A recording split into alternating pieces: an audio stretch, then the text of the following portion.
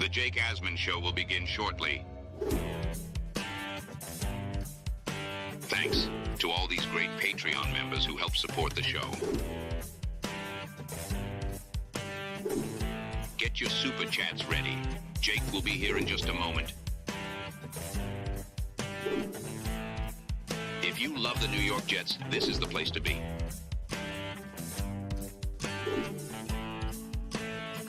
And now, the Jake Asman Show. What now? What now for the Jets after dropping the 2-5 on the season? We'll talk about that and much more. Will Parkinson will join us in his weekly spot. It's the Jake Asman Show. Let's hit it and get it started.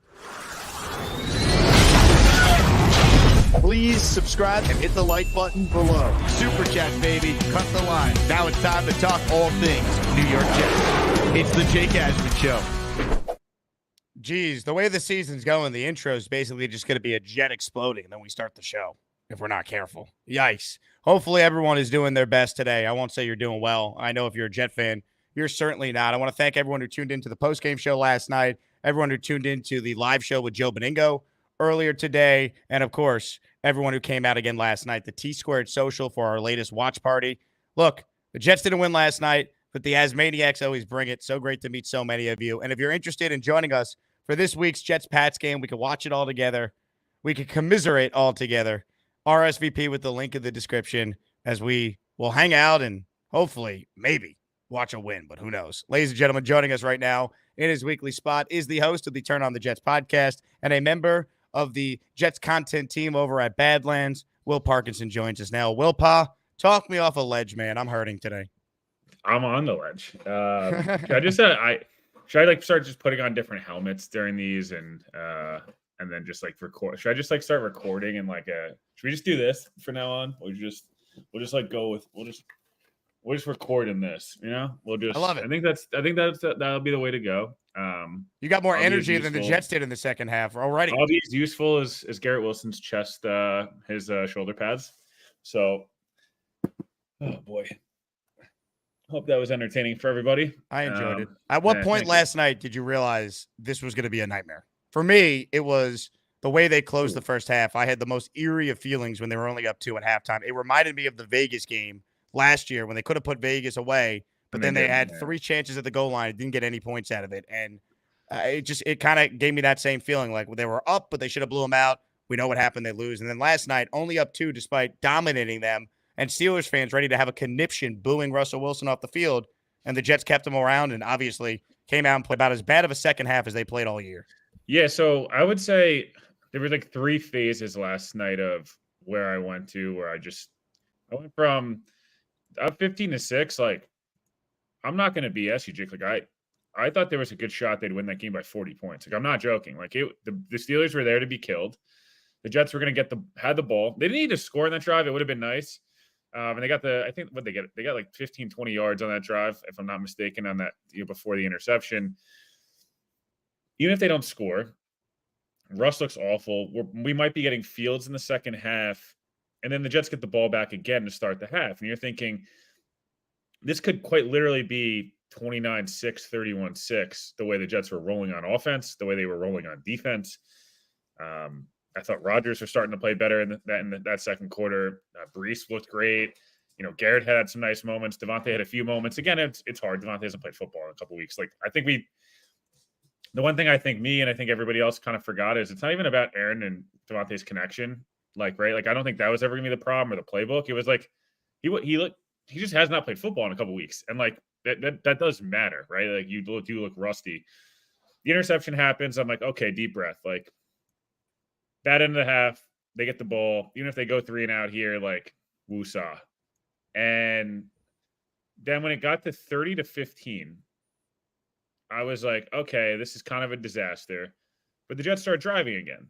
And I'm like, okay, we've seen this story before with the Jets where kind of like the Vikings game, it kind of happened in a different weird way, but it was like they had this really bad 20-minute stretch, really good 20 minutes, really bad 20 minutes. Then they'll come back and they'll lose 30-23, but it'll be like really competitive at the end. Zerline gets the kick blocked because he's the worst kicker in football right now, and he's got to go, man. Respect what he did the last 2 years, but when you lose it, you lose it. He's got to go. Over.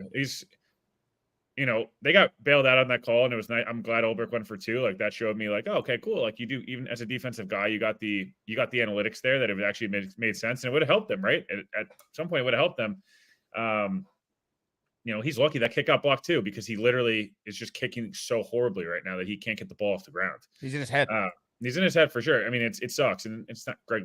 Sorry, it's not why they lost this game, although he did not help.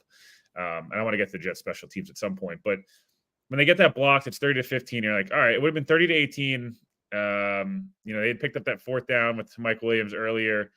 There was just like moments during this game, Jake, where they're so close in so many ways to being really good. And I know no one wants to hear that today, and I get it. And I'm not telling you should be optimistic. Like, no one's saying that. But, like, there really are so many moments during these games where they're so close. It's like Rodgers has talked about it, and Rodgers is to blame on some of this stuff for sure. I'm not absolving him in any way at all. But it feels like so often right now, 10 guys are on the same page and one guy makes a mistake. And I know football, look, I've played tackle football for 18 years and have been covering it and coaching it and, all this different stuff, right? Like, it is always about all 11. And, like, I think Connor Rodgers talked about this on SNY last night.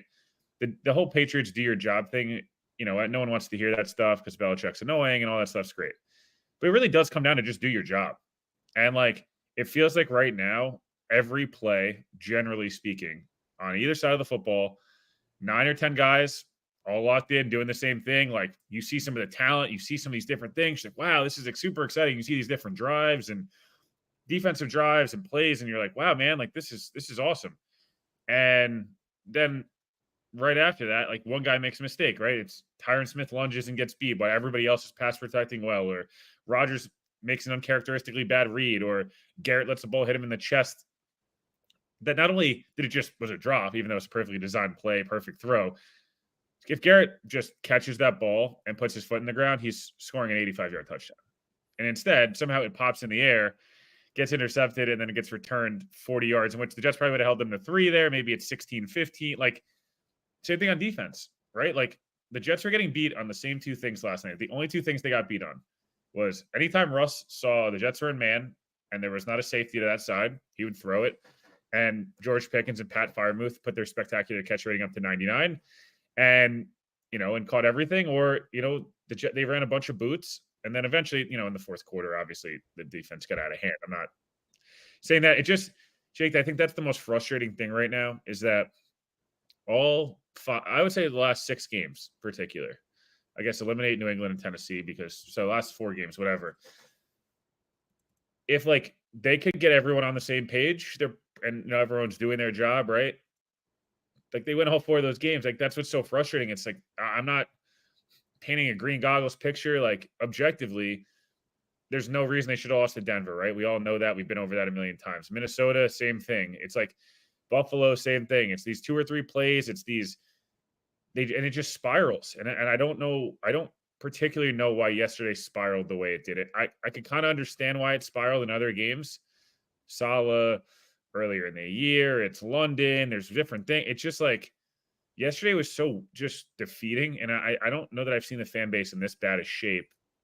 Frankly, I don't know when. Like, I can't put my finger on the last time I saw the fan base in this down this bad. And I think we both feel the same way.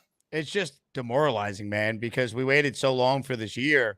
And at times, I agree with you, man. We've seen bad Jet teams. Like, there's talent here. We see the glimpses of it. And then it's just one thing leads to another, and it spirals, and they don't recover. To me, they got glass jaws, man. Like, Rodgers throws that pick. It's on him. It's brutal. That shouldn't be the reason why you completely fall apart in the second half. I mean, the Garrett Wilson play completely changed the game. And, like, you tell me what other franchise has this play happen, Will, and this picture you see on your screen, not only did this end up being an interception, this ball was returned to the 1-yard line and effectively put the game away because the Jets were completely off the rails and rattled from that point forward. And I'm not blaming just Garrett for this loss or just Rodgers. It's like collectively, this team is just incapable of winning. Like, it's every week, it's something else. 1 week, it's the run defense. 1 week, it's the pass protection. 1 week, it's the special teams. Like, 1 week, it's this. 1 week, it's that. And the talent is there, but they're not well coached.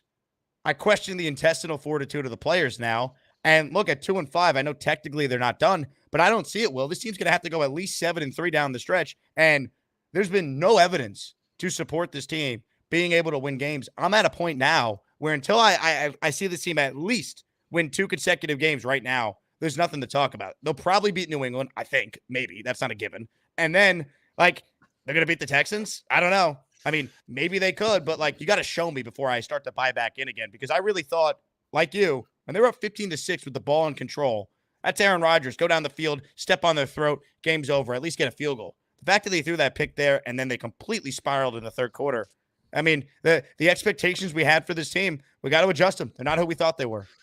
If that ball doesn't even get intercepted, right, it just gets batted down because that's what it was kind of pointing to. Not that one. I'm talking the first interception. That gets batted down. They win that game now. I think, right? Right, yeah, because the Russell Wilson's still getting booed off. Nothing's changing, right? I don't think nothing would have changed. I think a couple of things. Is the season over? No one wants to hear this. It's not. But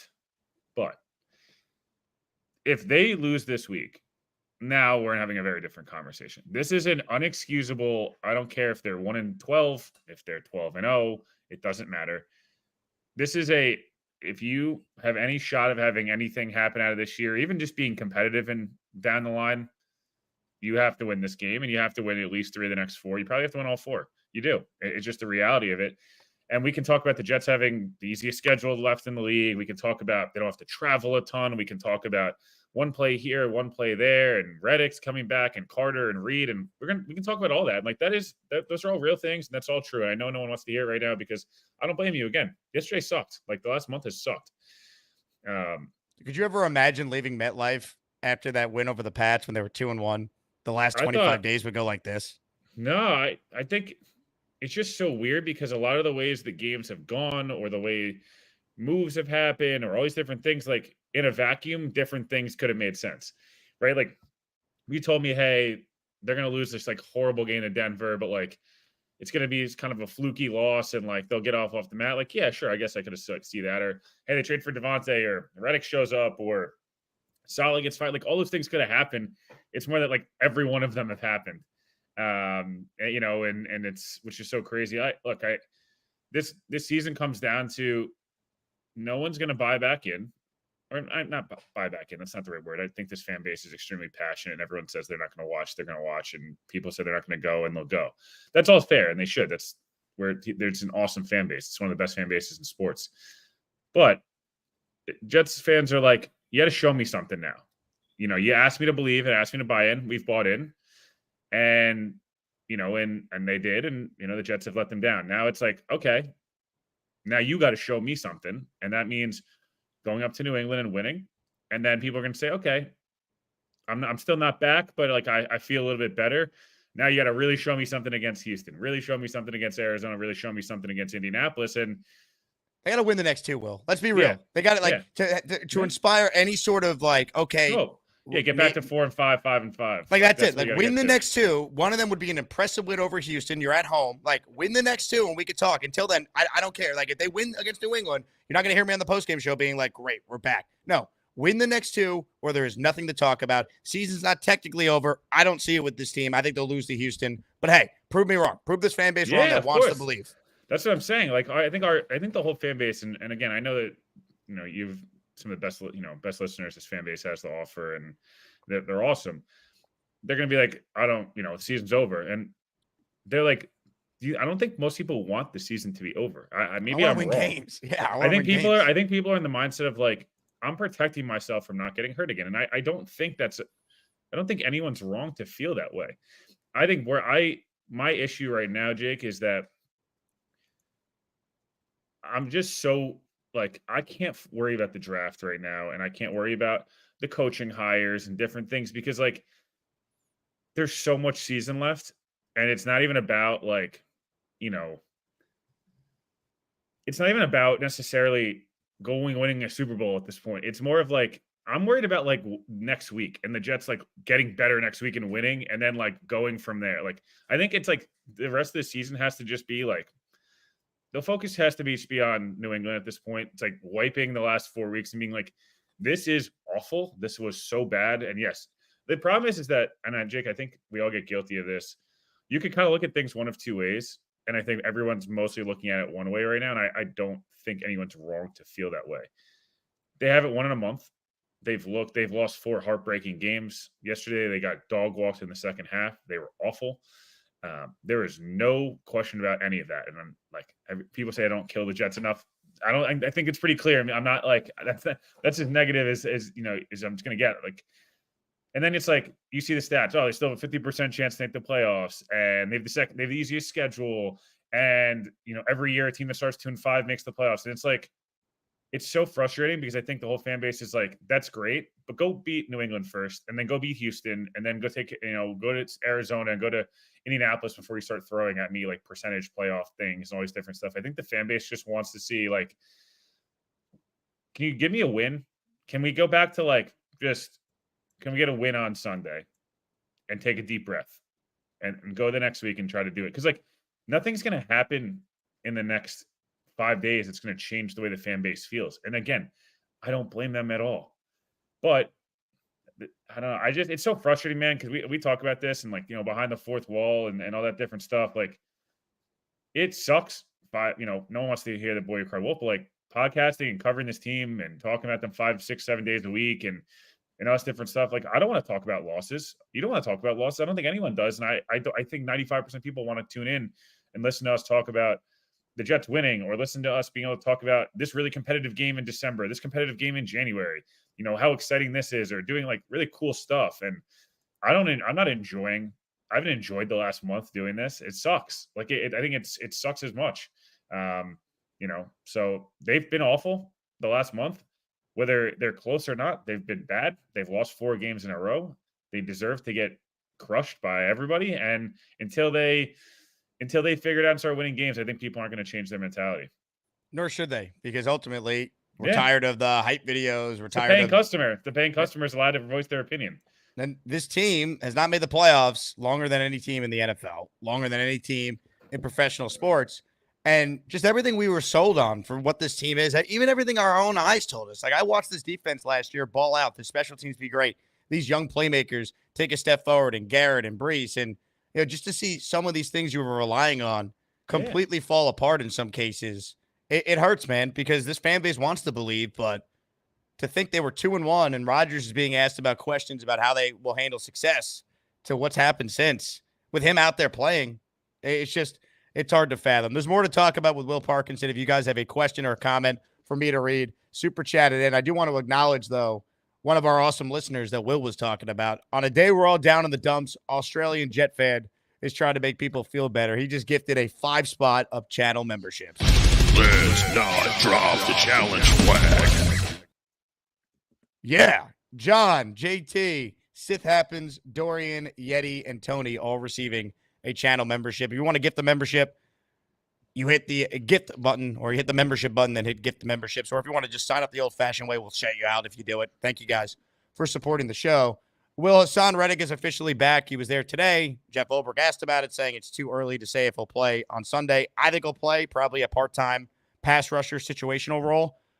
What type of impact do you think he has immediately and then long-term? I mean, are we ever going to see Eagles Hassan Reddick? I mean, what are you hearing? Yeah, it's kind of hard to tell. The problem is this isn't one of those coming back from an injury. No one's seen him other than one public appearance that he made an appearance for 4 seconds at, and since last year in the playoffs. So I expect him to be really good in the scheme. I think he'll be really fun to watch, him and Will McDonald and Quinn Williams. And if the Jets ever get a lead, maybe it'll be really fun to watch, and they'll need him for Houston and these different games. But I'm glad they got it done. It's nice. It'll be exciting to see him. We'll be curious. I doubt they give him an extension long term, but we'll see there, obviously, and how he plays and what kind of money he can earn back. It looks like obviously a lot of things are SAC incentivized. But yeah, no, look, I think it's fun. It's awesome. It'd be nice to get him back, him in the fold, and Carter and Reed and guys like this fully back, and Mosley, kind of fully back. That'll be nice if the Jets can make something out of the season. But again, it's tough right now because it's the second week in a row where the Jets get a big All-Pro addition.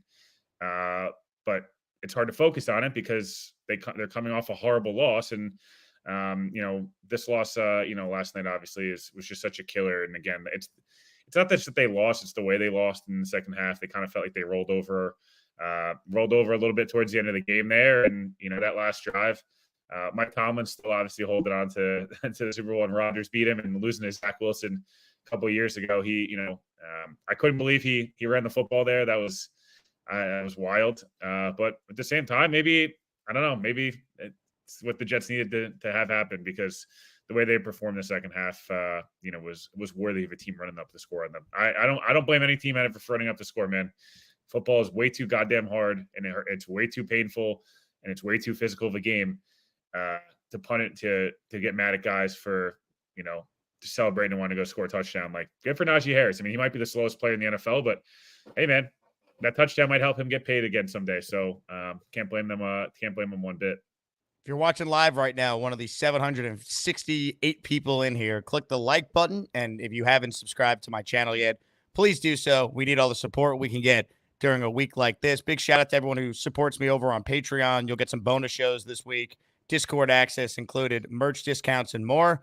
Patreon.com/Jake Asman Show. Thank you to everyone there. Couldn't do it without you. James, Allison, Jeff, Jay, Alexi, our 5 most recent subscribers there. Support me. Patreon.com/Jake Asman Show. Appreciate the community for their support. All right. Our first super chat is from Altuna, who was in the house last night at the watch party. Always good to see you, Altuna. Can you recall a team that was this talented on paper but played this badly on the field? I think we look back, the Eagles super team obviously comes to mind, as one of those teams. In terms of Jets teams, it's probably the most relevant of 2016. It's kind of what it feels like, a little bit more. I hope it doesn't go in that direction. I'd honestly even take 2015 at this point, where they go on this, they started awful and they went on a run. Look, man, I think it's like what everyone's kind of frustrated with, and I think, Jake, I'm assuming you would agree on this too, is like, it's hard to pinpoint it's one thing right now. It's like every game, it's something different. It's something different every game. It's a different way of losing every game. It's coaching one game was bad. The players played really well, but they weren't put in a good spot. Then the coaching actually looks good. The players don't get it done. It's the offense looks good. The defense doesn't. The defense looks good. The offense doesn't. The kicking game sucks all the time. Brent Boyer has been here for a long time.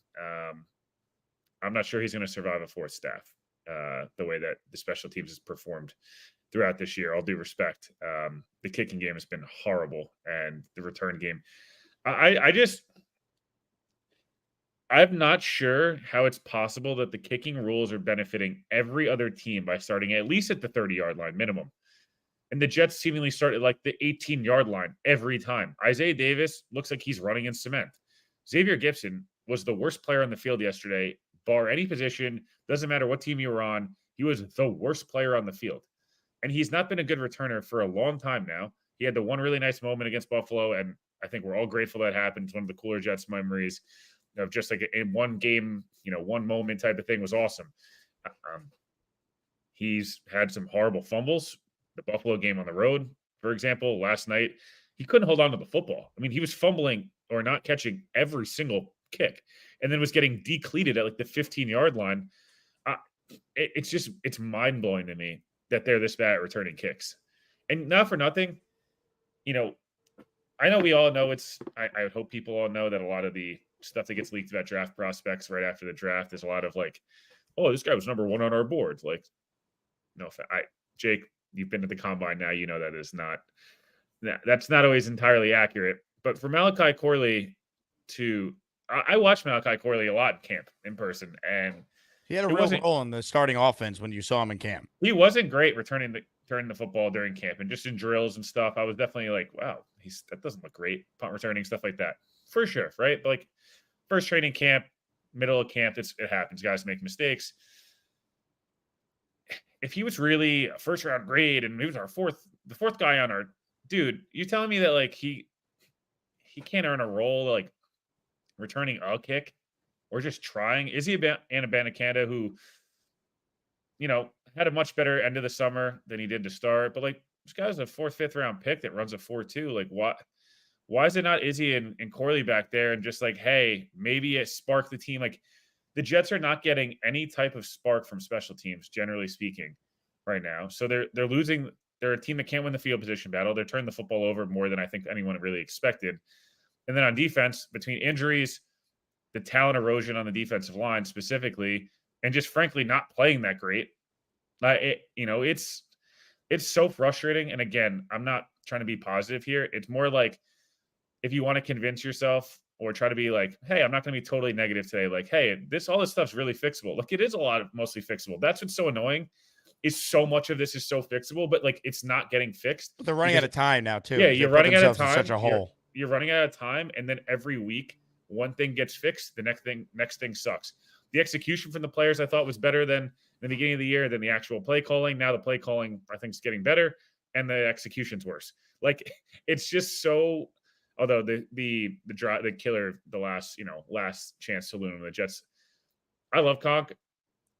I don't know why they don't use him like as like a guy that can run the seam more and they can catch the contested catches. They just like leave him to be like this like tight end screen guy, which is like not his game. Like his game is much more like, we've seen when the Jets have had good, offensive explosions, quote unquote, or even the game against New England, like he's really good in scramble drill stuff and, with 50-50 ball over the seam. And then like to throw a tight end screen on 3rd and 4 there, like I honestly feel like you could have ran the ball there. And then maybe, I don't know, again, it's picking it. Downing I thought was pretty good last 2 weeks, but like that was one that I was like, what is that? So I don't know, man. It's frustrating. It's really frustrating. I cannot blame anybody for being super frustrated. It's hard to be a fan of this team right now. It really is. It takes a special breed. And all you watching, all you diehards out there, 800 of you live right now, thousands after the fact.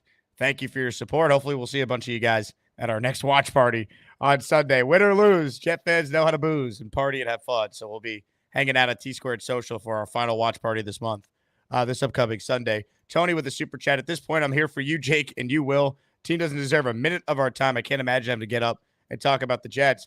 And this season in particular hurts so much because I truly did believe in this talent. Like, our eyes weren't wrong. We saw this team win 7 games the last 2 years with, objectively speaking, an abomination at the quarterback spot.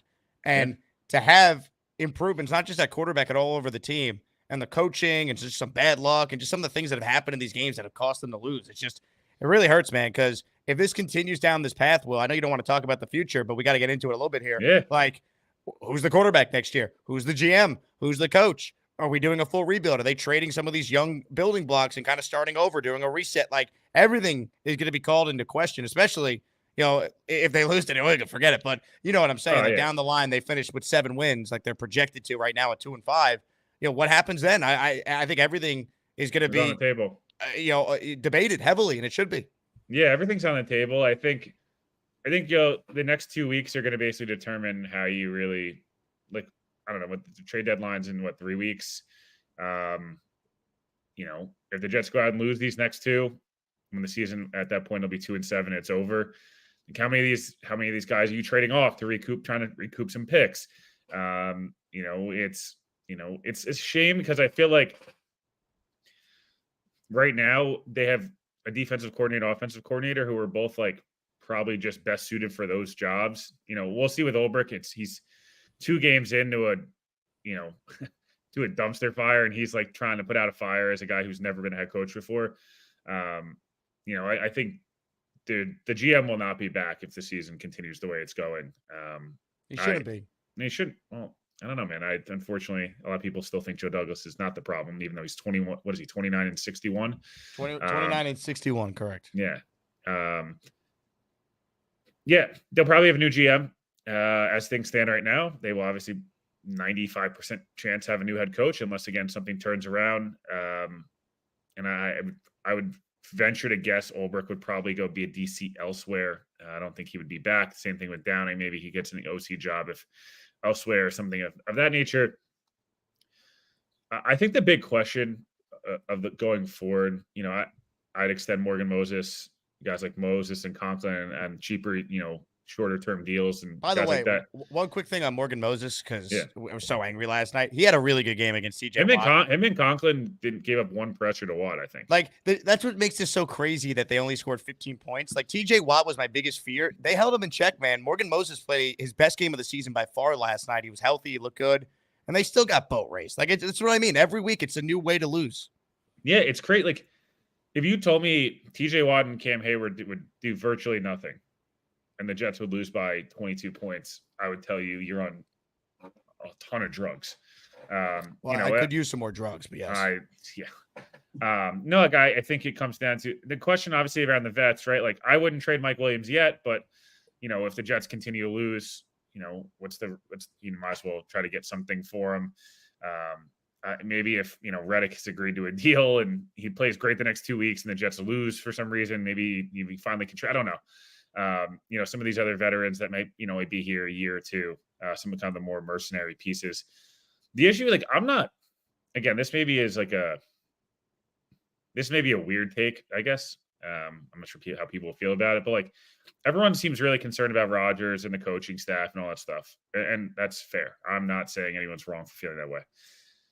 I'm very concerned about the young core of this team not actually being quite as good as we hoped. That's a way bigger problem than Rodgers being extremely inconsistent week to week or the coaching staff, because a lot of those things can be fixed quite easily in terms of, and not easily, but like if they're hiring a new coach, they're going to have, there's only so many jobs open every year and all these different things. Like, is Sauce as good as we think he is, or is he just having a bad season? I don't know what's going on there. Like the Calvin Austin over that he gave up and then just didn't try to tackle him at all and like was jogging and it wasn't playing hard there. Like, I don't know what that was. That's unacceptable. Garrett's like a shell of himself week after. Like, he had 2 really nice weeks and then like starts off the game. He's getting he was getting more targets than Devontae. Like, it wasn't like he wasn't getting the football. He was getting one-on-one matchups. The false starts every week make no sense. The drop was obviously a disaster. What happened to these guys, man? That's what I'm saying. Like, it's Brees crazy. This is the first game I thought Brees looked actually legitimately explosive. I mean, he for some reason can never finish a run in the end zone. But like, was it you who tweeted, or it might have been you or the Buffalo Jet fan, Brees Hall is the Michael Jordan of 50-plus yard plays that don't end with him scoring a touchdown. Yeah, like, it's so true. Buffalo Jets fan tweeted something that was like slightly more inappropriate, something about like his, if he was a girl, he'd be pissed because he just never finishes or something. It was like something of that nature. But like, even look at like Brees, I think has gotten better as the season's gone on. For sure. He finally had last couple of weeks. He's looked good. Garrett finally seemed to start getting going, but it feels like every week doesn't have the one crucial catch, can't hang on to the football, or the one crucial play the Jets need. They can't close, Will. That's what I'm saying. Like, this team's soft. They don't have the intestinal fortitude to win. Like, they've knocked on the door in all these games. Even last night, the final score looks like they got blown out. They had the Steelers on the ropes. They had the knockout punch ready to go, and they blew it. And it's like, every week you could point to plays that guys you were expecting to take a leap or be the catalyst for the team, and they haven't made the plays. And it's like, I still think they're good players, but I mean, the coaching just I hope it's just the coaching's that bad. And then if you actually get a good coaching staff, you can actually harness the talent that I still believe is on this team. But at least for this year, it might be too little too late. They could be cooked. Yeah. like I said, I'm like a little worried about the young core in this team more than anything. Like, I love Tyron Smith. He's going to walk into the Hall of Fame. Like, eventually the wheels are going to fall off. Unfortunately, even if he was an All-Pro last year, he's really struggled the last couple weeks. And I don't know if it's so many games early on in the year mixed with like the London trip and all that stuff, and it's just like, he's just hasn't recovered quite as quickly. I don't know. Maybe he just got old quickly. He didn't look like this camp, so I'm not really sure what happened there. But I'm not as worried about that because you drafted his replacement, or but like, they should start Olu this week. By the way, this is a good spot to get him in the lineup and get him comfortable. I'd phantom IR Tyron for a month and see if like you can get your season back on track. And if you do, you'll be okay. That'd be great. And if you don't, you try to get Olu as many reps as possible. I mean, obviously Tyron's not going to hit all the incentives, especially if he's not playing. But yeah, I'm more just worried about the young core from the aspect of like, that's what's going to be here for the next 3 to 5 years, right? Like, again, I'm not saying not to worry about the other stuff, but like, whether Alan Lazard's amazing or not, even though Lazard was good yesterday, like, it doesn't worry you. He's not going to be here either next year or the year after, depending upon like, depending upon Rodgers here next year. That's the thing. I think he is. I think this is so new GM, new coach. You think Rodgers? Yeah, I saw Connor Hughes say that Rodgers wouldn't be here, the new head coach, but Rodgers has talked so much about this being a 2-year thing. I don't see him like. I have a hard time seeing him walk away if it doesn't finish well. But then I don't know. does anyone know what Rodgers going to do? Like reality, like he said 2 years, 2 years, 2 years. I don't know. I don't think that like, would they have traded for Devontae for just the 11 weeks when Devontae's like, I don't want to be here short term. I mean, I hope they could keep Devontae regardless, but their thought process with that move was they weren't going to be 2-5. They put all their chips Yeah. in beating Pittsburgh and basically restarting the season. Now, look, they could beat New England, but then they got to beat Houston before they could talk about, having a season. Yeah. That's it. No, I agree. I think They go 7-10. Rodgers is still the quarterback, but there's a new GM, new coach. Is Rodgers coming back for another year? maybe he's coming back for a year and they draft somebody to kind of sit under him for 1 year. And then you hope that Rodgers kind of catches lightning in a bottle with the team and they're able to have the roster be in a good enough spot that like that rookie quarterback comes in year 2 and take, maybe it's something of that nature that maybe something of that nature. I don't know. I guess I just like, I don't even like AVT's looked good, but like it's like he's really struggled to stay healthy and it's a shame. And like, Will McDonald's been great against the pass, but like, and Quentin Williams was better last night, but then like didn't have it, I don't know. It's just the Sauce and Garrett thing it's so weird, man. I don't know what's going on. Like, I don't know if it's mental. I don't know what it is, but they're great. They're great dudes. They've been great players in this league. And like, they've had nice moments this year, both of them at times, but overall it's just like, I think everyone's kind of expecting, especially Garrett, to take this next leap. And he just hasn't. And again, there's 10 more weeks to go. I hope he does, but it's the mental stuff for me that's the concerning part of where it's just like, I don't know. It's like they spiral, and they've got to stop spiraling. Like it's the thing that's killed them all year. It's like one thing happens and they just cannot recover. It's like it's crazy to me. One of the most painful seasons of my lifetime, maybe the most, because I think everything. I think it's the most. I think last night was one. I would argue honestly, last night was maybe almost more painful than like 2009, 2010. Like I know that sounds crazy, but like at least you're sitting in the damn championship game being like, wow, we're so close, but like we'll be right back. We'll be back. Like I don't know, unless they get this thing turned around in the next couple of weeks, like it's like you just have no idea what the future holds, which is so unsettling. You want some positive turnaround stats on your way out, Will, as we try and give this optimistic I said I wasn't going to look at the comments. Something? I was going to say I was going to look at the comments. One comment that I get every week from one dude. I don't know what his name is. I'm not even going to go. He's like, you work for the Jets. I don't work for the Jets. Like, and I've been extremely negative towards the Jets this podcast. So I don't work for the Jets. You're I don't a know Jet why. fan. You don't work for I am the a Jets. Jet fan and I cover the team. I don't work for the team. I don't have a relationship with Woody Johnson that he tells me what to tell you. Like, it's not the case. So I don't know why you're peddling that, but politely scratch. So I can't get tickets from you, Will, to a Jet game because you're a team employee? Yeah. Next time I have tickets, I'll just gift them on the Jake Asman show. Those are going to be we're going to have to pay people to take those tickets the way the season's going. Seriously. Here's a stat I'll give you. All right. No one wants to be optimistic, but you know what? I'll do it. In each of the last 4 years, a team that started 2-5 made the playoffs. Last year it was the Packers. Year before it was the Jaguars. Year before that it was the Eagles. And in the COVID year, it was the Commies. So I'm saying 47% positive Jake chance. Asman, baby. After I've been destroying this franchise for 24 hours straight. Will is a direct descendant and heir to the Johnson & Johnson fortune. Buddy, I wish. Buddy, I wish. So do I, man. I've been using baby powder for years. Yeah. When does that finally pay off? Yeah, me and Jake work 90 hours a week. And trust me, if I was doing that, I don't know that I'd be. I'm not sure I'd be. This podcast would be in some crazy studio on the Upper East Side or something like that. Well, I know you got to run, so I'll end this chat with you by saying, "Let's go Yanks! God bless the New York Yankees." The series was already going to be a stress fest with the way the Jets have been playing, and my basketball team basically tanking for Cooper Flag. The Yankees need to win this series. They just need to. I cannot stomach a soul crushing Yankees loss mixed with a Jets collapse again. Can't do it. Will, all the love. Appreciate your time, man. Thank you so much. Hopefully next week when I'm on, we'll be talking at least at 3-5, and we can at least have some. We can pretend like they're going to beat Houston. Exactly. We can at least have a semblance of a conversation. Like, what went right today instead of what went wrong? They'll probably win like 6-3. Watch, they won't even win right. It will just be painful. Jesus Christ. I hope not, man. I really hope not. Thanks, bro. Appreciate you, man. Thanks so much, man. Take care. Will Parkinson, TOJ. Check it out where you get your podcasts. This show's available in podcast form too. Apple, Spotify. Make sure you guys check it out. Search Jake Asman Show. We're presented today by Huga House. If you want to get yourself any of the brand new hats from Huga House, you certainly can. Make sure you go to hugahouse.com. Use the promo code Asman at checkout, and you will get yourself a hat discounted at a 15% rate.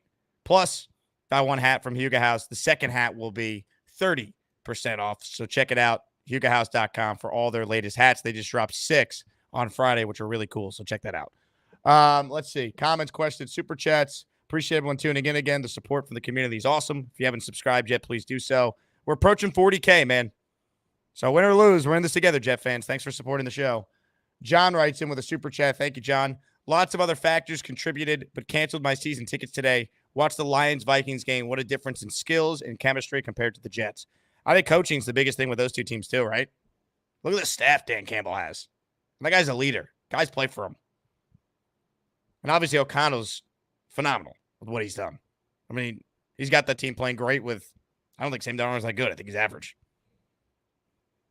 And man, the Jets, if they just showed a pulse on offense in that first half, they could have won. That was such a brutal game in London to be at. Ugh. C writes in, our young stars are out of here at the first opportunity, will flourish elsewhere. They all seem checked out. Homegrown talent rarely gets retained here. I hope not. I mean, these guys are all under contracts for several more years. It's not like anyone can leave immediately, but I mean, the Jets really haven't had anyone that they'd wanted to pay that they could retain. The first example of someone they wanted to retain and pay was Quinnen, and Quinnen hasn't been good this year. Hasn't been good enough.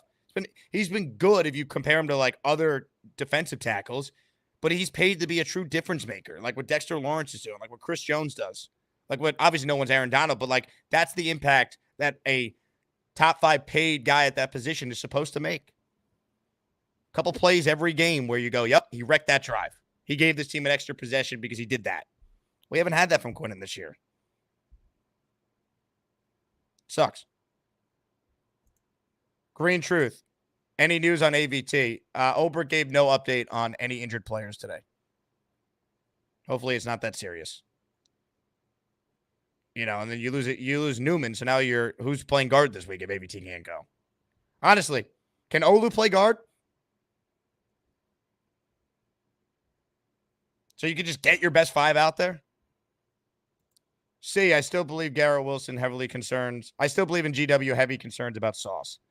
Yeah, look, I don't know what the deal is, man. And rewatching some of the game, it was painful. But, you know, you watched Pickens last night. His best plays happened, other than the one PI they called on Sauce, which didn't count for his yardage. Of his 100 yards, they all came against Eccles. They came against Mills. They came when the Jets were in zone and it was a safety getting late. Like, it sucks, man. Why don't they use Sauce Gardner and George Pickens? I'll put that on Oberg. They're so stubborn with, it's our system. Then I listened to Oberg today. They asked him about Reddick. Well, he's like, everyone knows our system's at our best when we can only rush 4.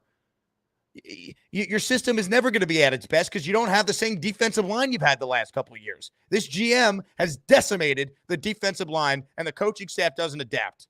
And it's beyond frustrating. Why have Sauce Gardner, whose strength is his cover skills? We know he can't tackle. We know he's not a great ball hawk or playmaker. He's very good in coverage. Why even allow on any obvious passing situation to have anyone besides Sauce, when you're out DJ Reed, out Carter, cover their best weapon? You know, the Freiermuth play, that's not, that's just crazy. He made a great play. He's a tight end, whatever. But like on the Pickens touchdown before the end of the half, he beat Eccles. That should be Sauce on him. If I'm going to go down, I'm going to lose with my best. It's so frustrating, man. Bang Mateo in the house. Arthur Smith has passed the test of time and stuck it to us last night. His offense punched in the face, and we did nothing. Bang, congrats on your Super Bowl win with Arthur Smith as the great OC of the Steelers. Happy for you and your family. Ant writes in, let's go Knicks and Yankees. Yeah, we got hoops tomorrow night, man. I mean, go Knicks. Hamburger, thank you for the $1. We will put this towards the Subway fund at some point. Hector with a super chat. I'm sorry I missed this, Hector. I skipped ahead too quick. This team is such a letdown. Jake, I have tickets to the Cardinals game and don't even want to make the trip anymore. So much talent going to waste. I agree, man. And that's what kills you because I truly do believe this team has talent. They have fundamentally, systematically beaten themselves and not taken any advantage of it. But you can't tell me the Jets are not more talented than these teams they just lost 4 in a row to. Mother effing Chew gifted a membership. If you got it, thank the Chew man. Appreciate that. All right, let's open up the Gustbuster hotline right now.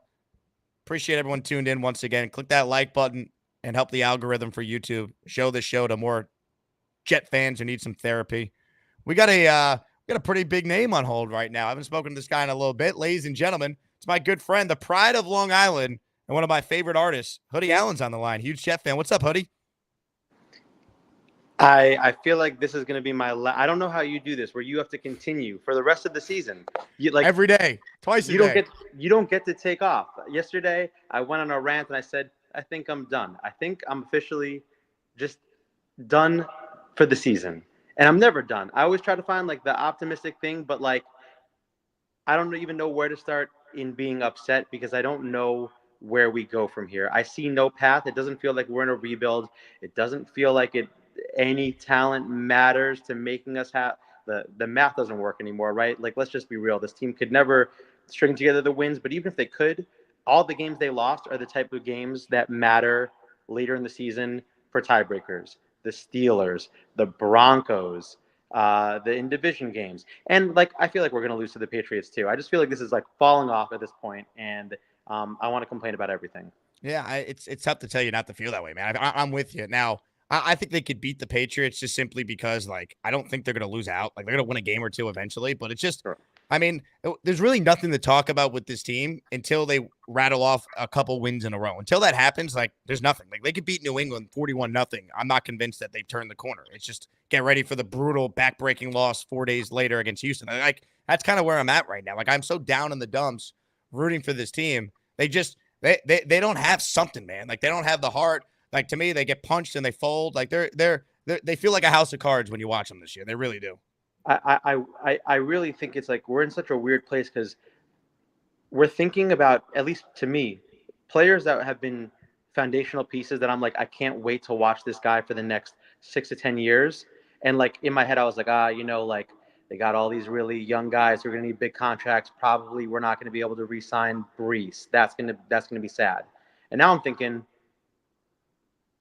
should we really be thinking and planning to re-sign a cornerback who doesn't travel with the number one receiver for $30 million, who doesn't get interceptions? Should we really overpay for a wide receiver who can't beat those number one cornerbacks? And like, I love these guys, and I'm starting to think, well, have they just been beaten down by being in the Jet system for 3 years and being like losing for the first time in their life, where they're like tainted now? Because I can see Garrett Wilson, 1,500-yard season on the Saints or something in 2 years, but I just don't see it happening here. I don't know. I'm disillusioned at this point. Yeah, that's what's sad. And like, you do wonder, like, how like, is the reason why these guys haven't taken that step is like, just like the aura of being a Jet, or the stigma of being like, it's rubbed off on them, where it's like, they can't get out of their own way. Like, Garrett, I think, is clearly pressing this year. Like, we've seen it. And like, he started to break out of it the last 2 weeks. And then yesterday happens. And it's like, I mean, you watch the game, Hoodie. Like, what other franchise would this lead to a backbreaking,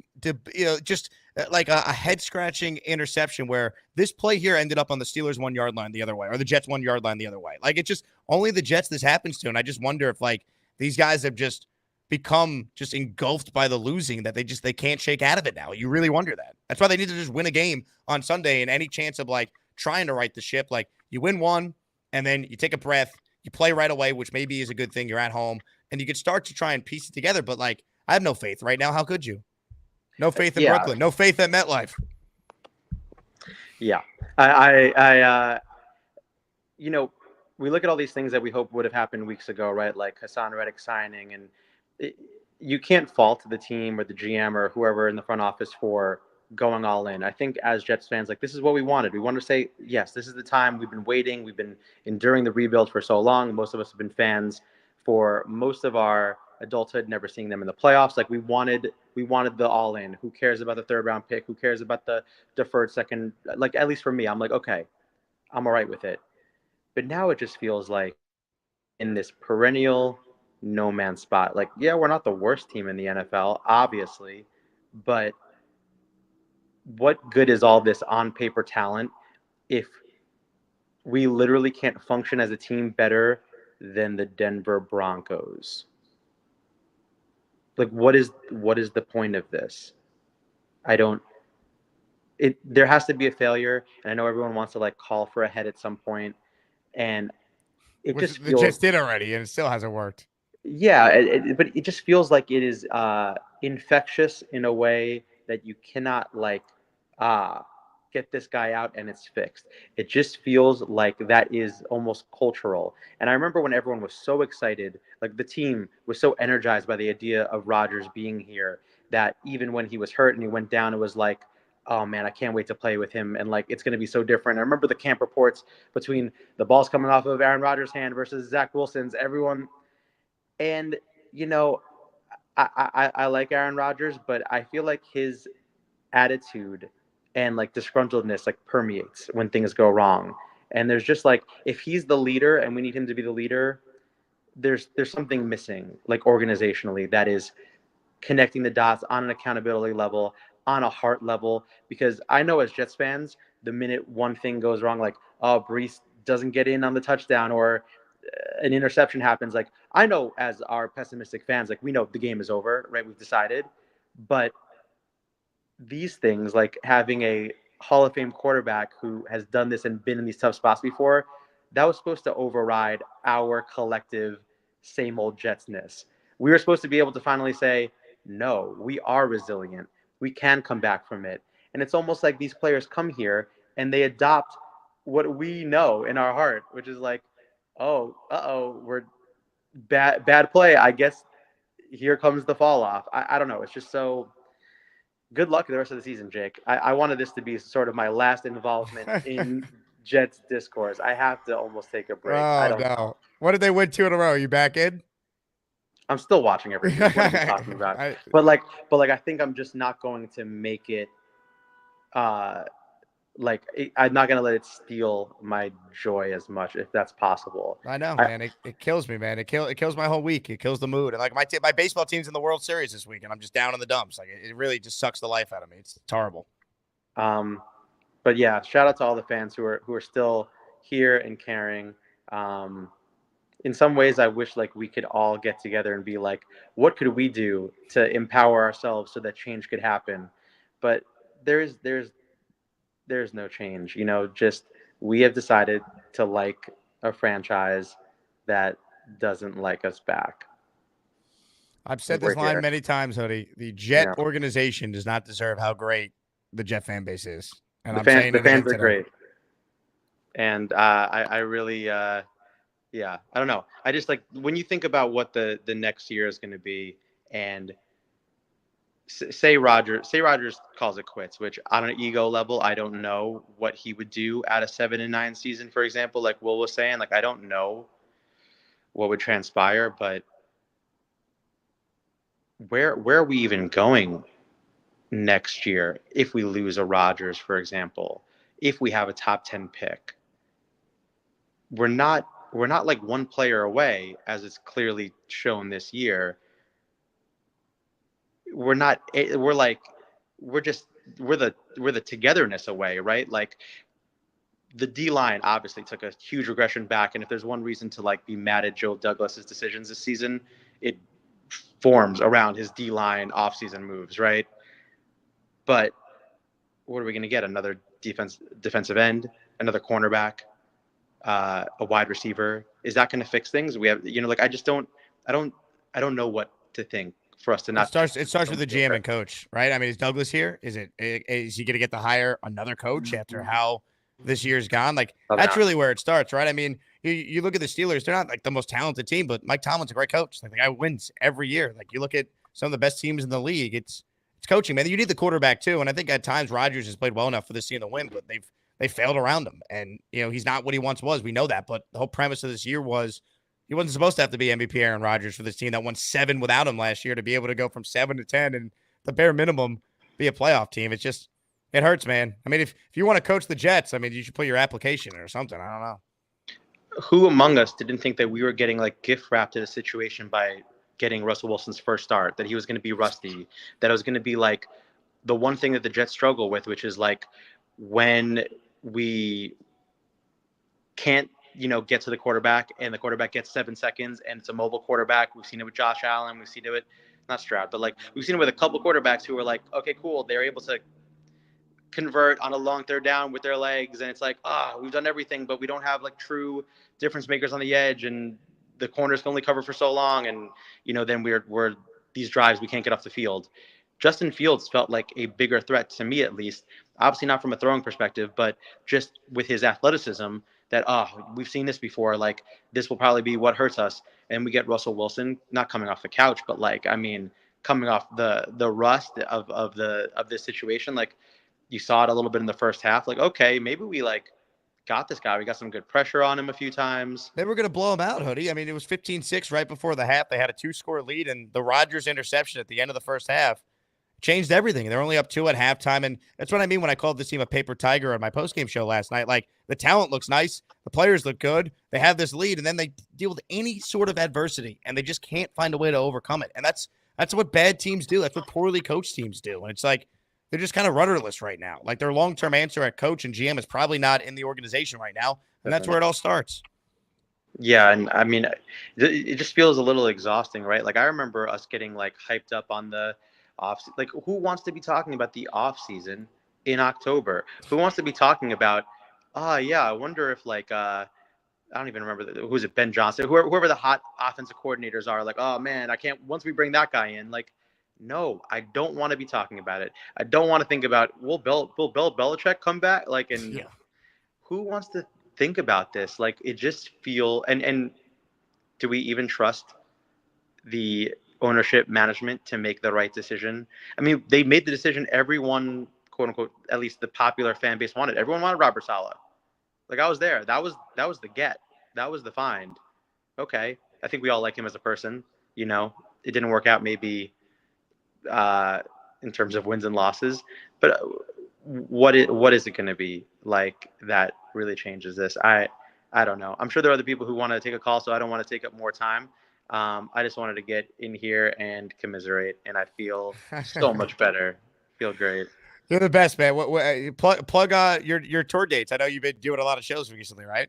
No tour dates anymore. I'm off for the rest of the year. I'm chilling. Wow. You just wrapped up a big tour then. I saw all the pictures on your Instagram, right? Yeah, we had a couple shows, but I was looking forward to getting to go to some games, and I don't think I'm going to do that now. And I could never envision myself abandoning this fan base, but like in my mind this season, like I'm kind of rooting for the Vikings.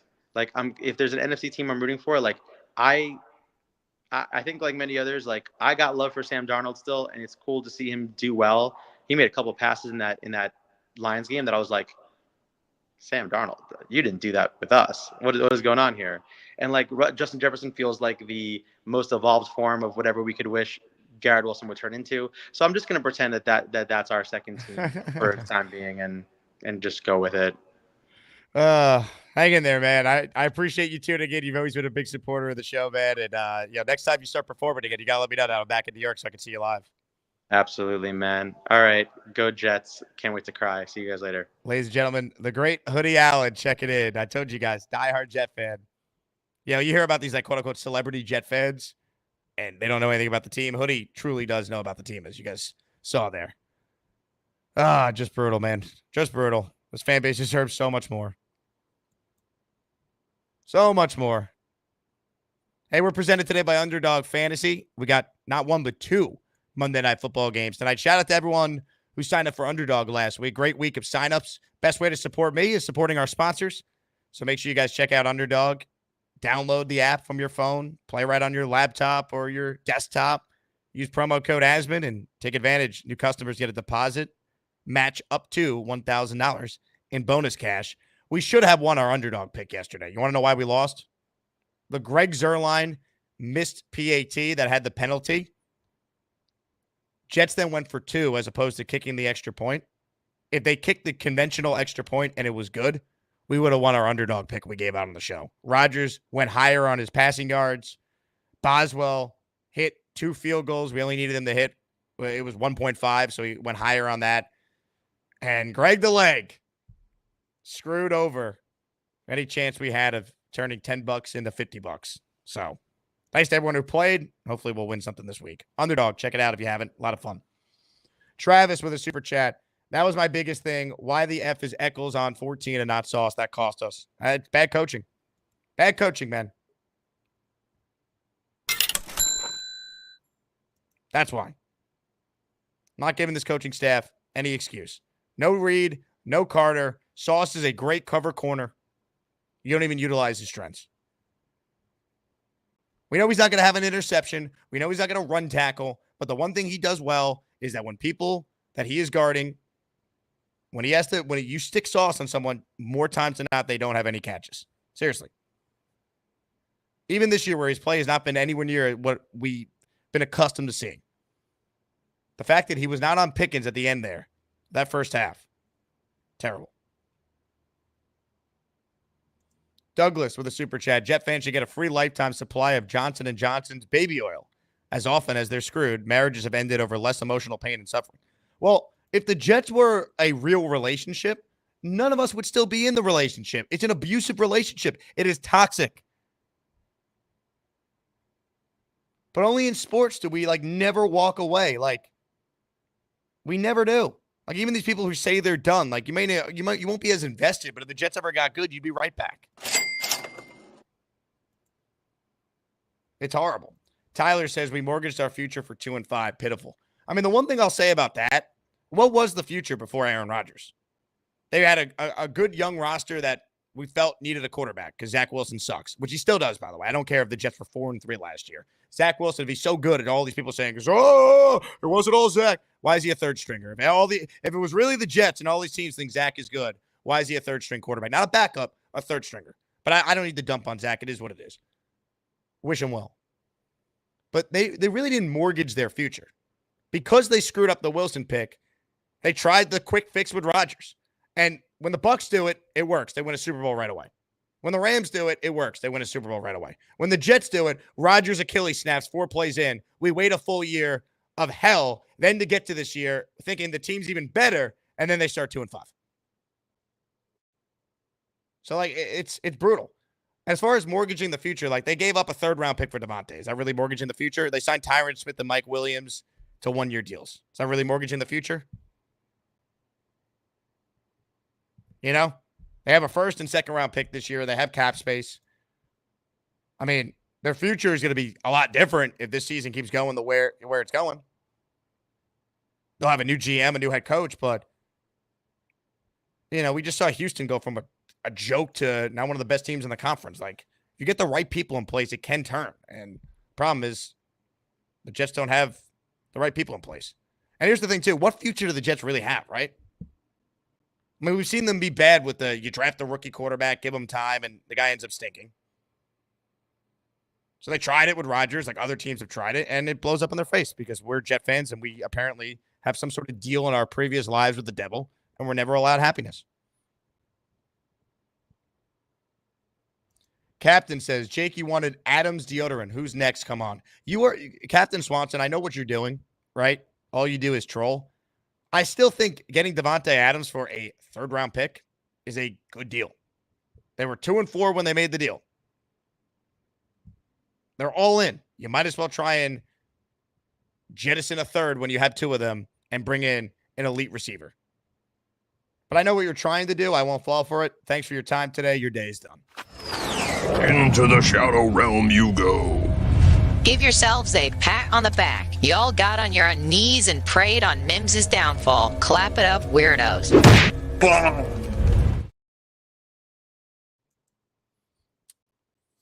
Just stupid, man. Obviously, Devontae wasn't great last night. The offense struggled, but you really don't think he's going to help them? It might be too little too late. And at 2 and 5, it feels that way, but come on. They traded a 3rd-round pick, man.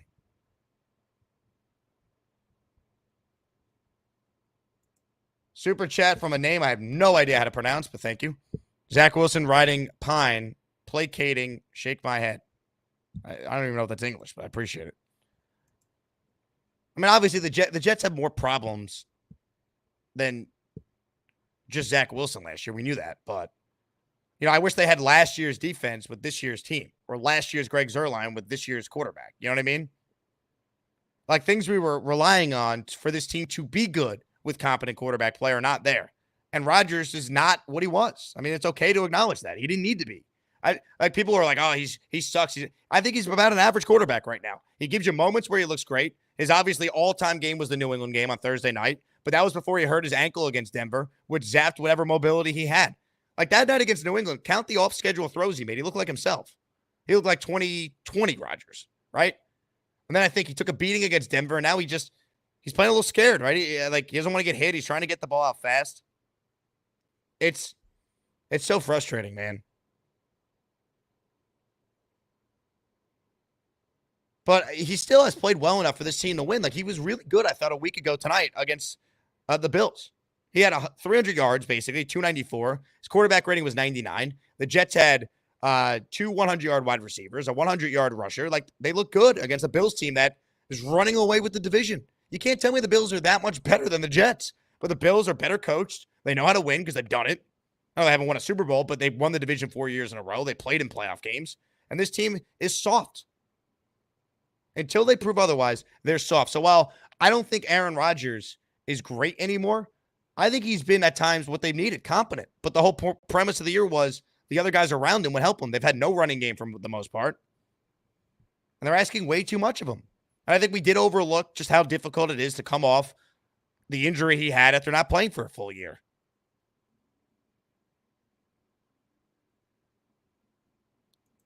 '80s Jock says that third pick it cost us Drew Aller or McCord. You're talking about mid-round. Goodbye. Bum. Goodbye. See ya. Can't take it anymore. Farewell.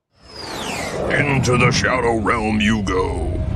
Zach Wilson decided it was a good time to take his girlfriend to Utah. 52 guys could have gone and visited families. The quarterback needs to be at that facility all week. You are going to want to be more professional, Luke.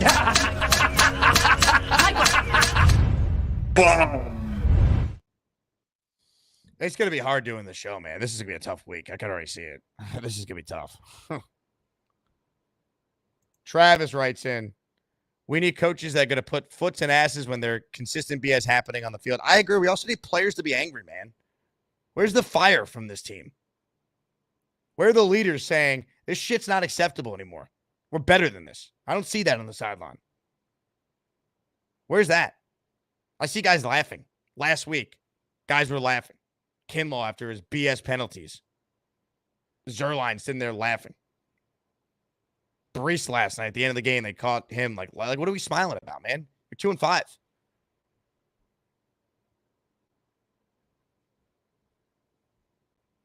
Why is it this fan base cares more than the team? We're not paid millions. I wish we were. More of your calls right now. Frankie in Connecticut is up next. Hey, Frankie. How you doing, Jake? What's up, Frankie? You're right. It is going to be a hard week. It's hard for me at work every day, getting made fun of for being a Jets fan in Connecticut. Yeah, last night felt like Julius Caesar getting stabbed in the chest over and over again in different ways. The one thing I got to say, though, is we can still have fun this season. You know, at least it does suck losing 4 weeks in a row. But it is nice a little bit to look at positive, like seeing passes over 10 yards, and at least, seeing some athletic catches is cool. I want to win games, man. I know what you're saying. There'll be moments. There'll probably be a great Devontae moment on Sunday, and it'll be like, oh, we'll be excited for a little bit. But it's like, it's too little too late, man. Like this team should not be.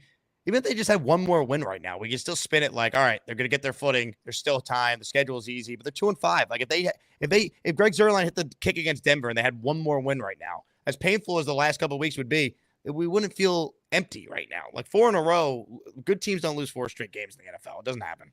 No, it doesn't happen. You're right. And I think your like 9-8 prediction where we're like snubbed out of the playoffs is going to be spot on. Like the thing is, like you said, there are good players on this team.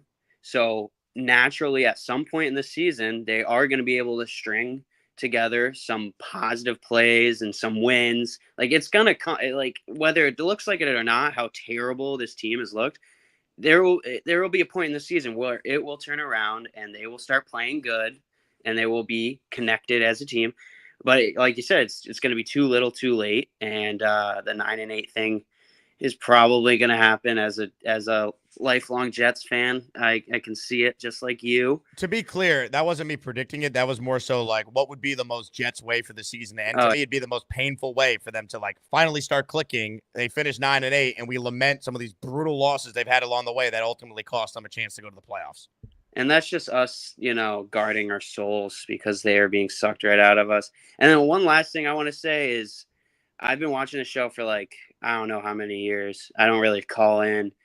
But people like Allen, who kind of like get hyped on being right about them losing. I feel like that's like the type of culture in this community that we need to like get away from, because like I know that Allen deep in his soul, every time he watches a game, he's just like us with that little bit of hope, but he just says this stuff just to like save face. Like, if you really feel that way, bet $1,000 on the Jets losing. Bet whatever that they're going to lose. If you really feel like they're going to lose, I want to see that. But no, all of us, we still have that hope in us that the Jets are going to win. And yes, it gets stripped from us, and it sucks. It sucks really bad. But like, I have friends in this town, weird enough, in Connecticut, that are Steelers fans, and they like that blind like optimism for their team. Even though their team isn't like that crazy good personnel wise, like that's something that they've always had.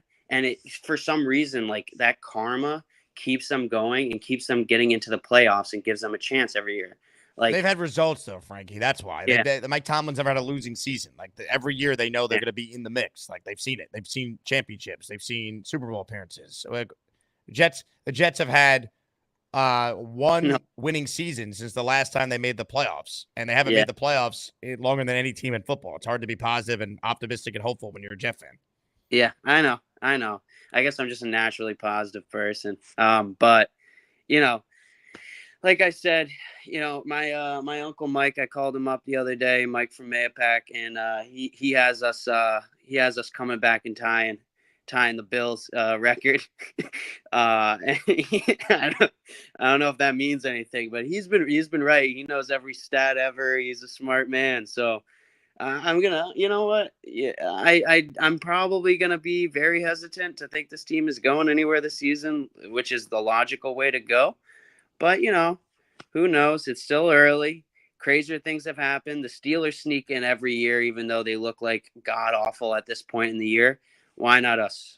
So I'm not gonna hang my hat on it, but hope that something happens good to this franchise once. Frankie, your uncle is Sour Shoes? Is that what you just said? Oh yeah, man.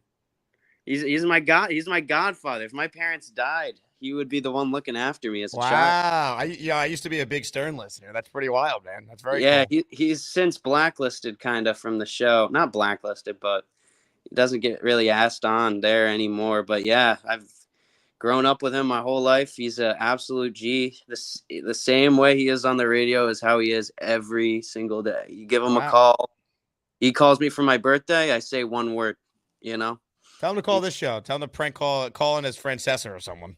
Oh, I've talked to him every time I go up there to Mayapack. I tell him he's got to do it, and he's like, I don't really know YouTube, how that works. So maybe next time I go up there, I'll show him how to do it and everything, and get him to. Because he asked me about the Jake Asman show. He asked me to call in, but tell him I'm a fan. That's awesome. I love it.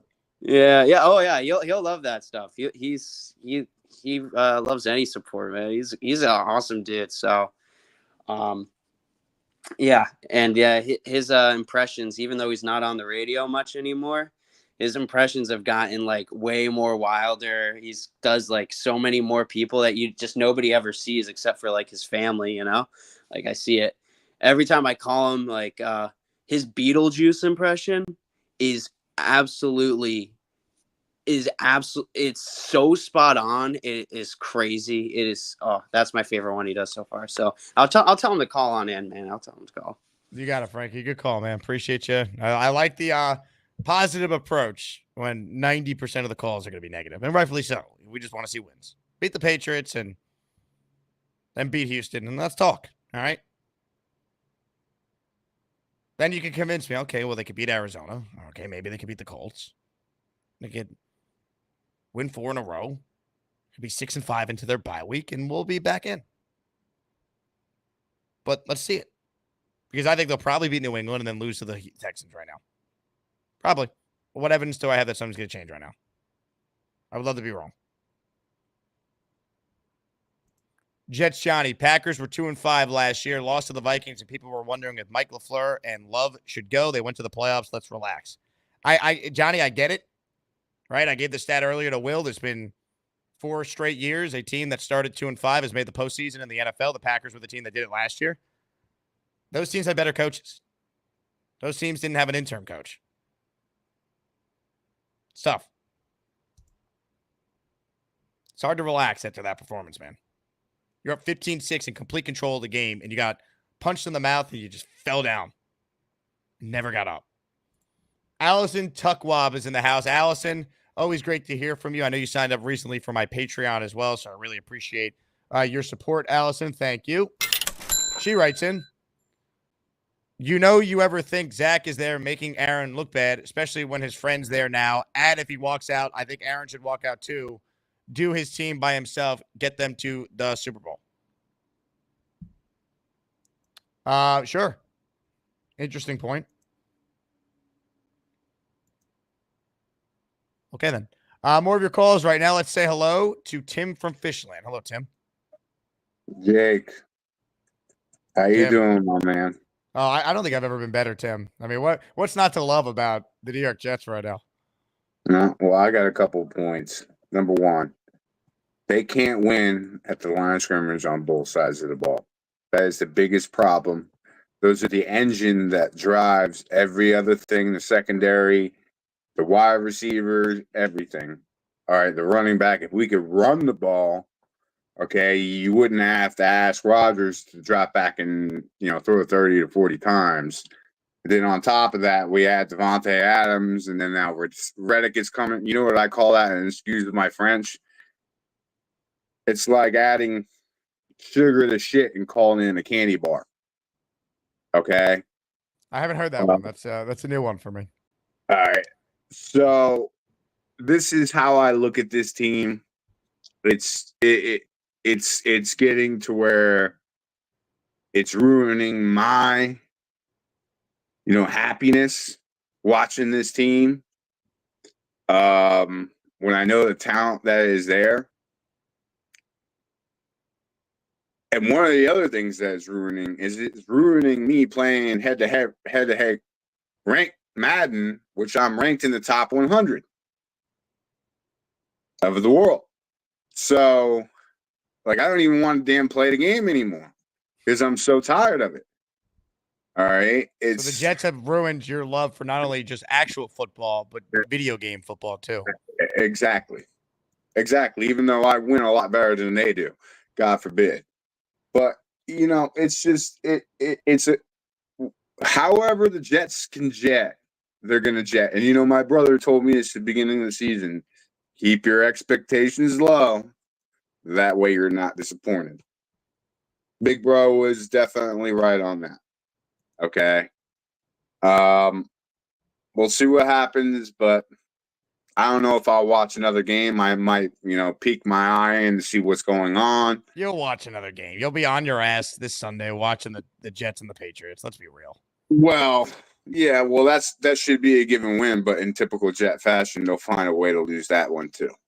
They might, but you'll be watching is my point. You take this team and you insert the line, the D-line, O-line from 09, we're world beaters.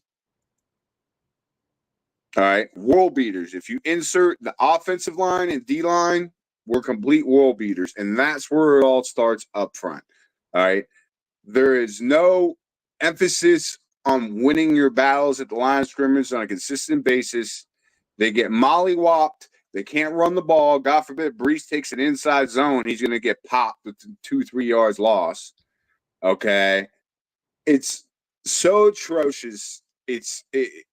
I've lost my words. I really have. I've lost my words.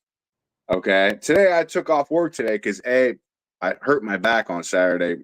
Remind you, once you hit 35, plus 35, you can pick up something that's 10 pounds and literally pull muscle on your back and it'll have you fucking, oh my God. Don't even get me started on that.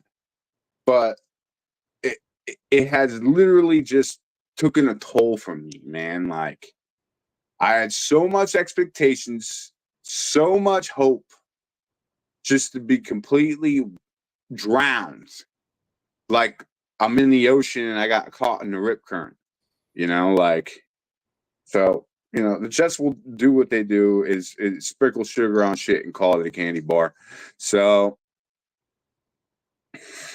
let's just hope. I mean, we'll see what happens from here on out. I think they need a person that's going to get into the facility and install accountability, because I don't think accountability is being thrown out whatsoever.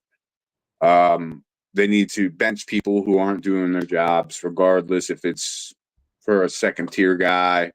You know what I mean? You have to make a statement at that. To me, this whole new way of coaching where you have to be best friends with your coach, your players, is bullshit. Sorry for my French. I know you don't like cursing on this channel, but this is the NFL. Okay, you're paid to play a kid's game. Okay? Play to pay a kid's game. So if you're not doing your job, we're just going to go to somebody else. That's just how I feel. I mean, look, Tim, they have a fundamental problem. Coaching, the heart, the intestinal fortitude of the team, I'm questioning all of it. I've never seen a team with this talent that gets punched in the mouth and they just unravel the way they have in these games. Just can't win games in the fourth quarter. Can't execute. It's pathetic. Larry gifted a membership. Shout out to you, Larry. I don't know who got it because the chat's going off, but if you got it, thank Larry. Bang! Bang! Appreciate you, Larry. Did I read Travis's super chat about foots and asses? I think I did. Maybe I did. I don't know. This whole day's been a blur. I am so depressed. I really am. I do want to thank everyone again who came to our watch party last night. I can't say that enough. The turnout was great for a team that was 2-4. Here's a quick snippet of some of the best of the latest Asmaniac watch party, and hopefully you could join us on Sunday and commiserate with us for the Jet Patriot game. The official, in case the timeout was needed, it wasn't, because Hall's taken off to the end zone, in for the touchdown.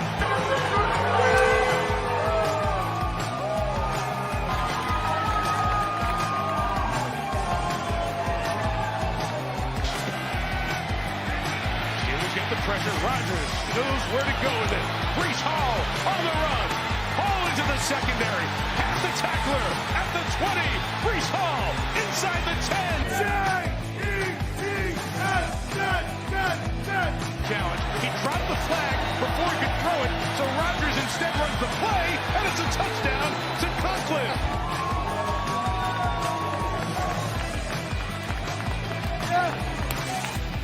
It's so funny, man. It's so funny watching this. If you had just saw that video, you're like, oh, wow, the Jets play great. Look at all the points, big plays. These are all from the first half. And then they completely unraveled. So we'll do it again on Sunday, baby. At least this time it's not in prime time. We can be buried where we belong. With Spero Ditas calling our game right in the middle of the 1 o'clock slate. That's where we belong, Jet fans. We're losers. We're in our right time slot. Before we head back to prime time for our funeral game against the Texans on Halloween, baby. Yeah, I'd like to think maybe the Jets could dress up as a winning team that night. I'm not counting on it, though. They'll be wearing the black jerseys, and it will be so fitting because that will be the night the season ends. That's just what I see happening, but we'll see. I hope I'm wrong. I really do. I want to win. I can't do it anymore. I can't. John in Connecticut's up next. Hey, John. Hey, Jake. First of all, I was watching a little bit last night before I just said peace, but listen, I appreciate the fact that when it's time to scream and yell, you scream and yell. I mean, I wish it didn't have to get to that point, but listen, you're speaking for all of us in that regard. I mean, you've hit a lot of what I was going to touch on today. I mean, I think my biggest concern right now, I got a couple. One is just big picture stuff. I guess I'm a little bit worried that Woody's just now going to double and triple and quadruple down on this mess. And I guess I just have I have some concerns that, there's going to be a head coaching search. At this rate, there's going to be a GM search as well. And I kind of feel concerned that our candidates and our options could be watered down by the fact that, from a GM perspective, they're going to be hamstrung to the whole Rodgers operation. And so as long as Rodgers is here, I mean, Woody, as is his right to do so, is trying to please Aaron as much as he can. And so I just really hope that our candidates are not watered down in that sense, because then the whole thing, then we're going to be in the same position 3 years from now, restarting. So, I mean, what's the solution to that? There really is none, because if Aaron Rodgers says he wants to come back, he's coming back. Well, it really depends how the year plays out, though, to your point, John, because if they show a pulse and they, do string together some wins here, you could look at it from a GM perspective and be like, I got Aaron Rodgers for at least another year. The team's talented. I could hire my coach, and we could also have a succession plan in place post Rodgers, like what Green Bay did when they pivoted to LaFleur after McCarthy. They then drafted Jordan Love, and they had him sit. Now, Rodgers wouldn't be here for 3 years of that rookie. No way. He maybe would play 1 more, 2 at the most, but it's tough to picture that right now. So, that to me is the most ideal scenario, but I have no idea who's making that call, right? I mean, what if Woody is like, nah, you know what? I believe in Joe Douglas. I'm letting him pick the coach. And then it's like you have Rodgers, new coach, and then is Douglas going to pick another coach and another quarterback with, as of now, a 29-61 record? So it's really hard to picture what they're going to do yet, because I got to see how the rest of the year plays out. Just how bad does it get, or do they rally and there's some respect? They play respectable football down the stretch where, my scenario of pain, they're 9-8 and miss the playoffs, but at least Woody then could say, hey, the team was talented. We just need a coach. Look what happened when we made the change from Sal to Ulbrich. We ultimately went on a bit of a run. I just got to see how it finishes before I can kind of speculate on the future, because there's too many scenarios that can happen right now. Yeah. And building off that point, I really try and be a level-headed fan as much as I can, because the hyperboles and all that tend to bother me. For me right now, I genuinely believe that everything should be on the table moving forward from a big picture, view of the team and the organization here and beyond, because everyone wanted the Aaron Rodgers experiment to work. We deserved it. And I love Aaron Rodgers. I love that he chose to come here and play for us. But I'm sorry, if the team goes 6-11, it's hard for me to really get behind continuing to allow him to have free reign to hand select players to come in here. It's results driven. And I was thinking about this the other day. I'm a Mets fan. I was thinking about how it's not a 1-to-1 comparison, but it's when we brought in Max Scherzer, absolute legend, but it's you haven't done anything for us yet. So it's what you did for Washington and Detroit in Max Scherzer's case, doesn't mean anything to the New York Mets. And so in the case of Aaron Rodgers, again, I love him and appreciate how much of a legend he is, but I can't get behind a 6-11 season and continue just to double and triple down on just giving him free reign. At some point, easier said than done, you probably have to stick up for yourself. And my final point, actually 2, the people that keep referencing Zach Wilson in regards to last season. I mean, the difference between this season and last season is that Zach wasn't winning us the games. It was in the big spot late in the game. The defense was taking the ball away from the other team for us. Correct. They were coming away. They were taking the ball away late game in Denver and Philly. That's the difference. They also had a kicker who could not miss and won them a lot of games last year. If the Jets had last year's Greg Zuerlein, They would have 2 more wins right now, and we'd be like, all right, they're a middle of the pack team that maybe could get hot. But now they put themselves in a hole where it feels like all hope is lost when they had last year's version of their kicker who missed 3 kicks all year. They would have 2 more wins right now, and the whole narrative of the season's flipped. Like, that's the problem, though. Like, it's dangerous just to bank on that because they haven't played it well in these games that even if Zerline stole, that was kind of last year, too. They were awful on offense in most of their games last year. Zerline helped them steal a few games, and the defense was better because, one, they were healthier, which is the biggest thing I said all year. They've had great health on defense for 2 straight years. You cannot rely on that. And now they have been destroyed by injuries. Obviously, Reddick was something none of us could have expected to be, a holdout lasting till week 7. So it's a lot of things, man. But honestly, if you put Rodgers on just last year's team, they'd be better because last year's team was better. No doubt. Yeah. And so this is the last thing I'll say, hang up. The Woody Johnson and the Jets organization, it goes without saying, they need to wake up in this regard. It's been 15 years now. People like me, I'm 24. I know you're older than me. Like we're in. How old were you when they were in the playoffs last? 9, 10 years old. Oh, so do you remember the Rex years? Fleeting memory. But like losers like us are 15 years deep into this mess right now. So we're not going anywhere. Like we're here regardless, but there's a generation of like kids where like, why are you going? Like they're choosing their teams. They're going to school. Why the hell would they pick the New York Jets to be their team and just like succumb to that misery and just, I don't know. Big picture, it probably sounds a little extreme, but like it gets to a point where it's like generationally, I worry about like people just dropping off the fan base. And so that's all I got. Again, always appreciate you getting on here, getting to the calls, and love the show, man. John, I appreciate it, man. Hang in there. Good call. Yeah, God, 24 years old.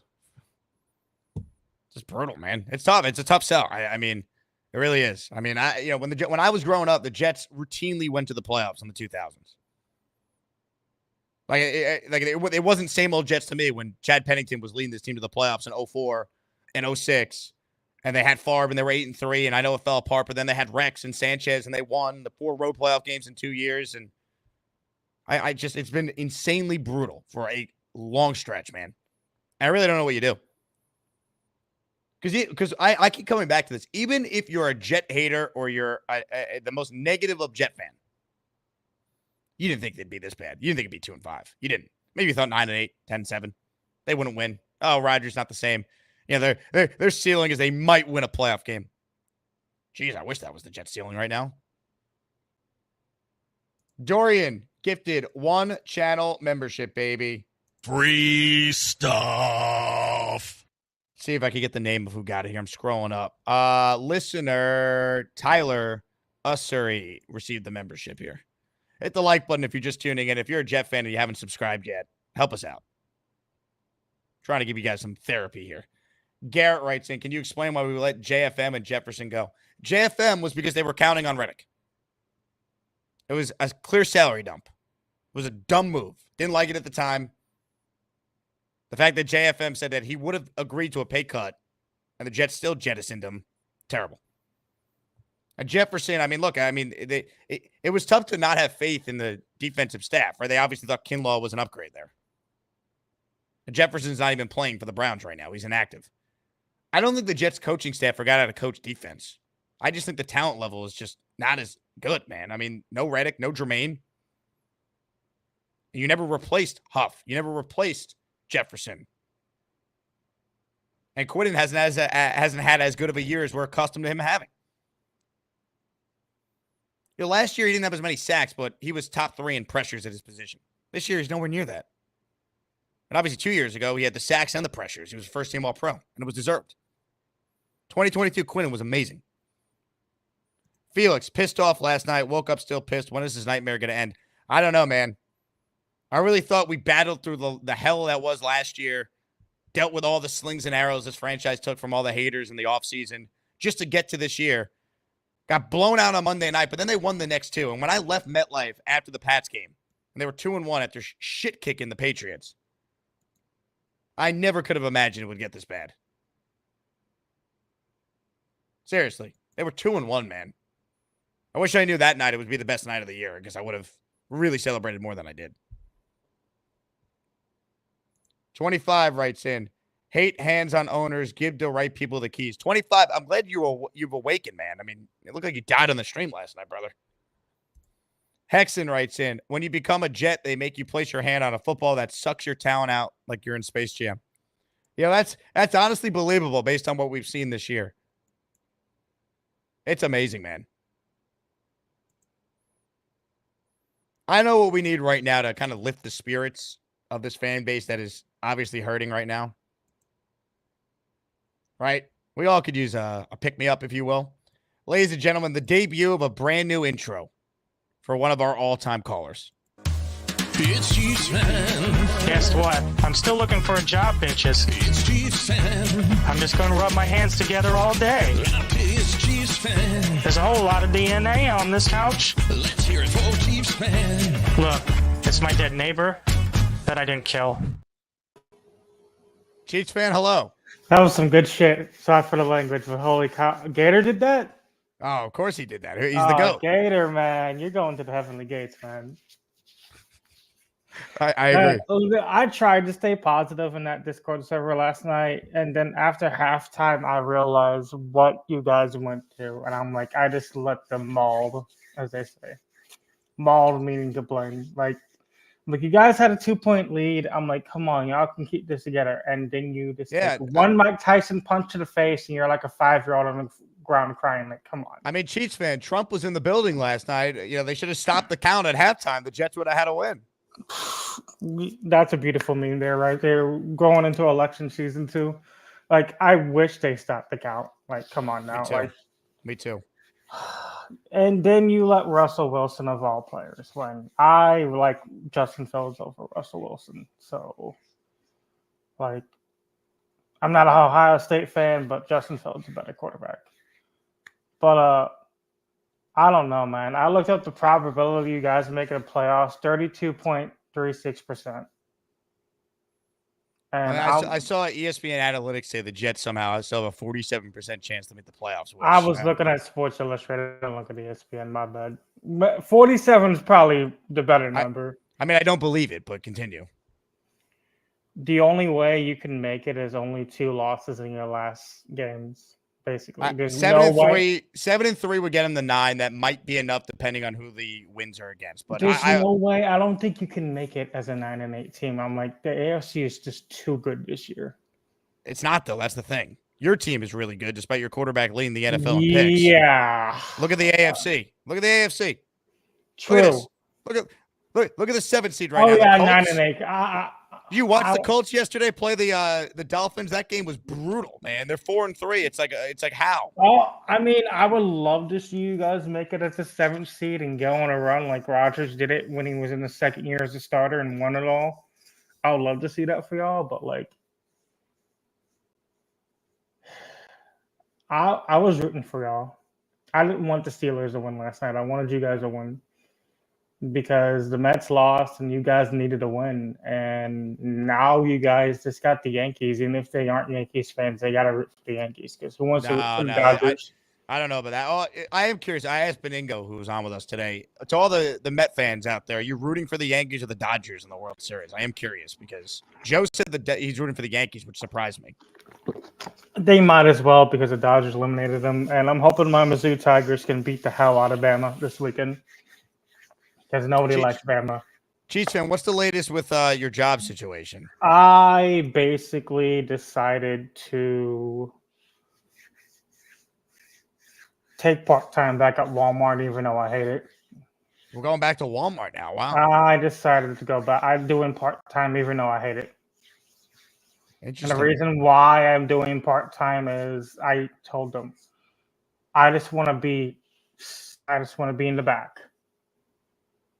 Where the little warehouse is in the back of the Walmart. Carrying stuff out to the workers and staying back out there because I am not risk getting sick. We got to keep you healthy, Jesus fan. Well, I had the flu 2 times within a month, so I decided not to get the flu shot because I was advised by my doctor, if you had it 2 times within 30 days, there's no point of getting the shot. Right, of course. She said you might even get it if you get the shot. But I'm like, I'm blown away. I'm like, I I had so much positivity in that game last night, and it's been drained out of me. Like you guys have been drained out.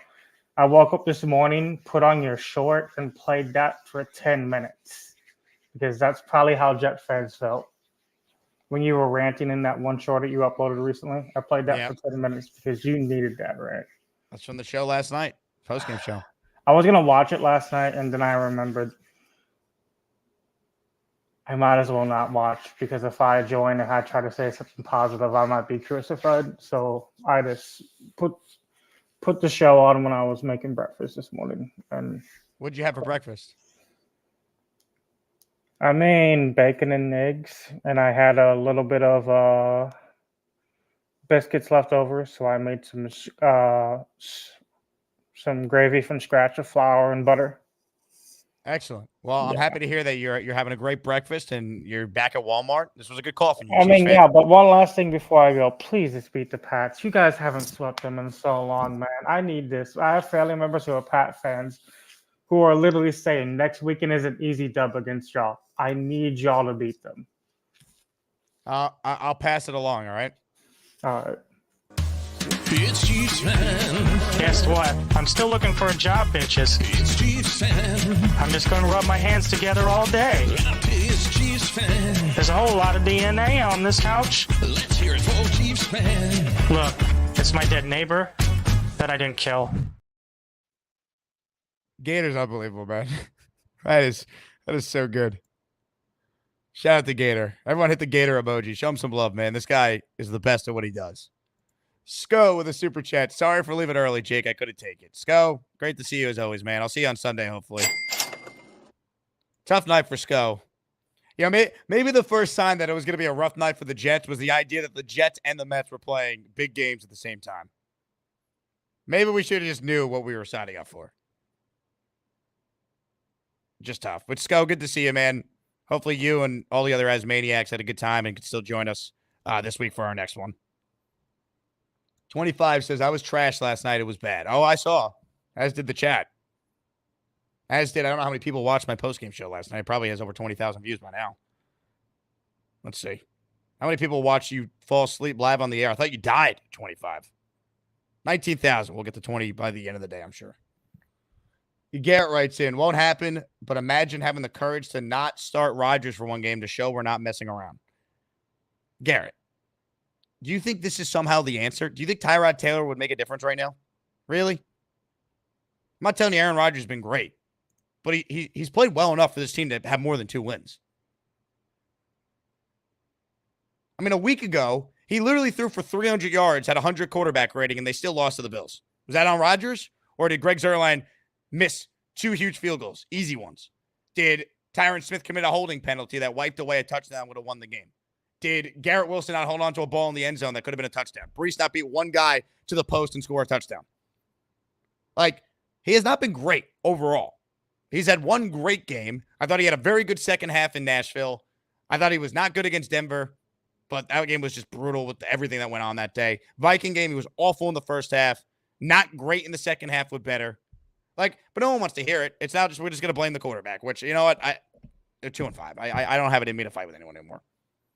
I think they could still win with him. He's not what he was. I think they clearly could still win with him, though, if they had any semblance of what we thought this team was supposed to be. A running game and a defense.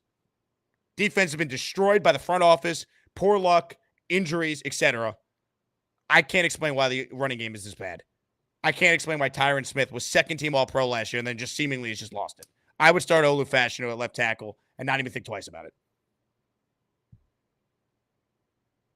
Give Olu basically a ramp up at his natural position this week against New England, a team that, despite how bad the Jets are, you should beat New England. And then you have a couple days to get ready for Houston and just start the run. Prove us wrong. Jeffrey writes in, suck it up, Buttercups. Was it over when the Germans bombed Pearl Harbor? Don't stop him. He's on a roll. It just doesn't matter. LFG. Look, I want to be positive and optimistic, man. But it's tough right now, man. It really is. And even if they win this week, we're not going to be like, see, here we go. No. Win at least 2 in a row. I really want 3, but give me 2 in a row. 2 in a row. And we'll talk about that Cardinals game with a chance to really do something. 25 says, what being a Jet fan does to a man in real time. We saw it, 25. Glad you're okay. Tristan is up next. What's up, Tristan? What up, Jake? What up, Tristan? Jake? My boy. Listen, I know I'm always positive on here. I just come on, I make my little points, and then I leave. But I'm fucking pissed. Can't take this shit no more. I come on here, and every off season for 200 days straight, I watch over 600 hours of Jake Asman, and we hype ourselves up, and I turn on One Jets Drive, and I watch all the slow motion clips, and I watch the ball floating across the air, landing perfectly into Garrett Wilson's hands, and I get hype. And I think that we're going to be 7-0, 8-0, 9-0, 10-0. I marked 4 losses this entire year. I had 4 losses, me being realistic. 4. Now I look like an idiot because I was talking so much shit. I had videos of me saying, when I fuck up your team, when I dismantle your team this year, don't come crying to me because I'm going to talk my stuff. And here we are, 2-5. And Mr. Hess, and you know what? When I started becoming a fan, probably the same time that you started becoming a fan, Herm Edwards was the coach, right?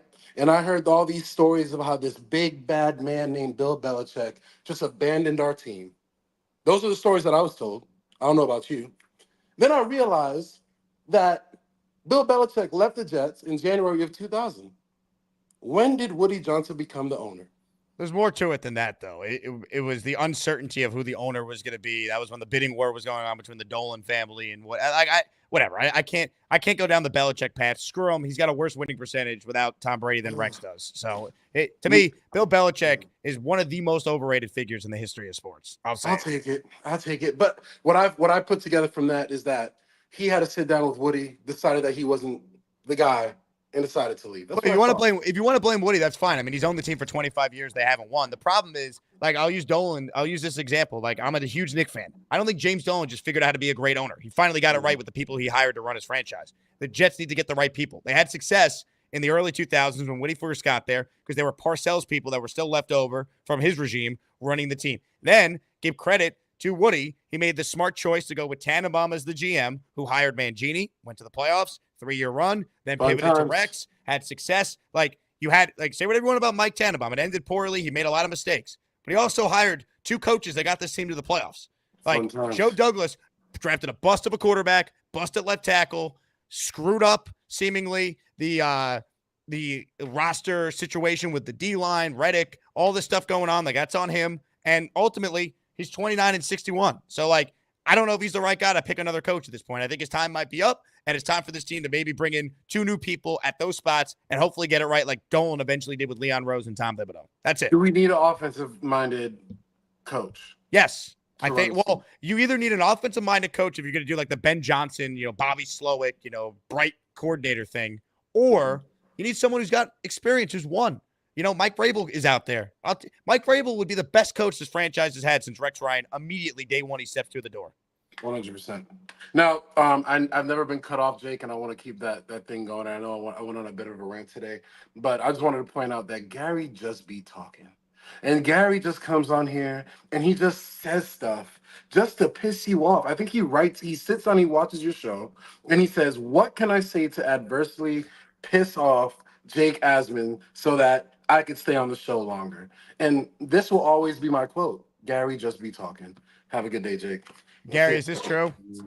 People really Gary just be talking. Absolutely obsessed with me, which I appreciate. Look, you guys want to sit and talk about me? That's good for me. So no, Gary. Last time you had that one-on-one with that other guy the other day, I was writing in. I put 5 super chats. They weren't working. I said, yo, next time Gary's on, put me on. Because this is so great. Yo, your braids look good. Thank you. And they still wrapped a little too tight because you still say dumb stuff. But they look good. Name one. Gary, I see you every week, man. The list goes on and on. All right, so this should be easy. This should be an easy assignment from a long list. Name one. Chicken doesn't go with pasta. Chicken, no. Chicken does not go with pasta. No, man, I actually do gotta go. Gary, go on. Say your stuff. Be good, Tristan. Jake. Tristan, thank you. Chicken doesn't go with pasta. Don't you know it's disgusting? Chicken can't go with pasta.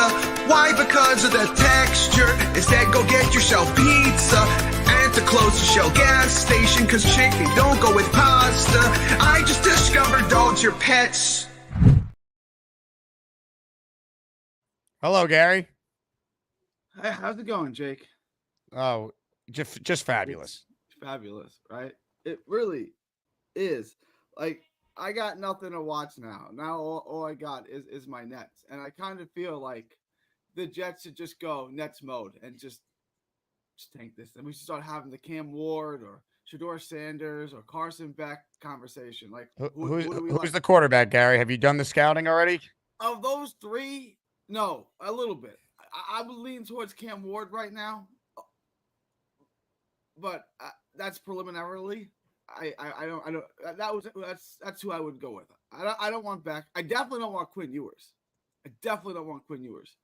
But I feel like he's slipping down anyway, right? I mean, Like you watch him. I don't know. I mean, he got benched. I saw they put him back in.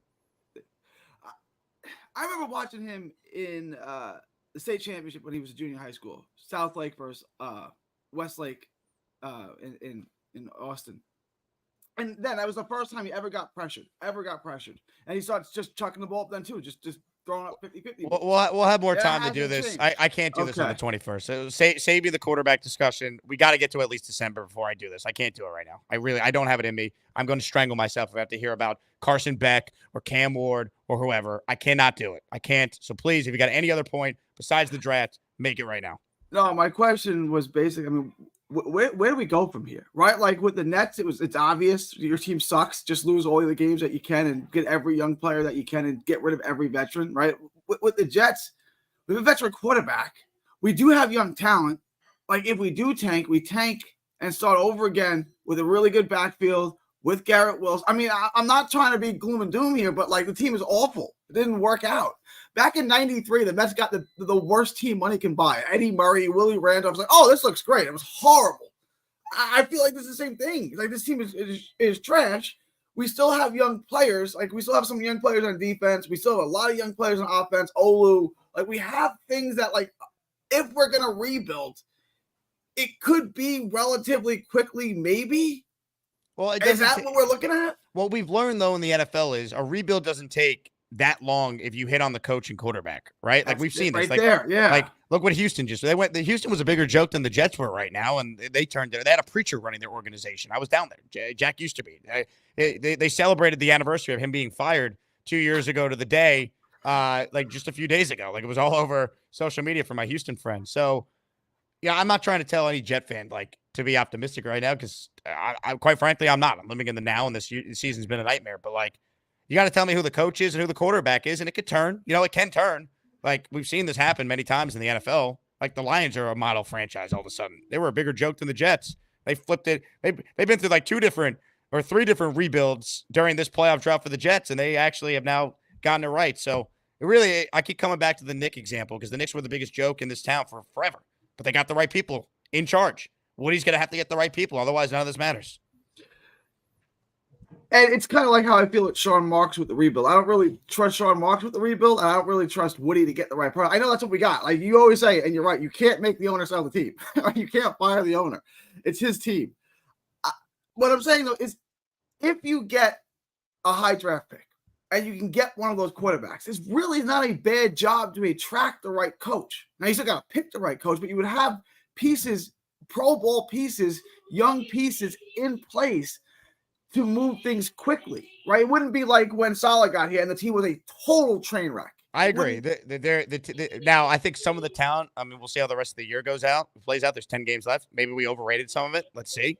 But this is not 2021 when Saleh took over, when Douglas hired him, and it was, coming off a 2-14 season with Gase. Like, there's real talent on this team. Even with the record, I still maintain that.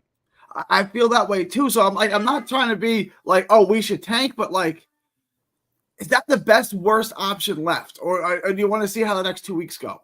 You're not tanking. You're like, like they're not gonna like you're lose right. I on mean, this- purpose. The yeah, GM they're needs not to going to win. pull Rodgers. I agree. No, right? So, of course. yeah. Like they might just be bad on their own. Like right now, like they're projected to finish 7-10. Like they're 2-5, 3 games under 500, projected out. That's a 7-10. Like I don't think they're gonna go out there and tank. They're gonna try and win as many games as possible. They just, for whatever reason, don't know how to win games. So we'll see where they finish.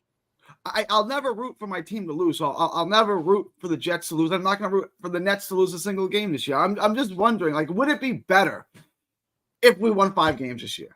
Would it be better for the franchise if we were that bad? I don't know.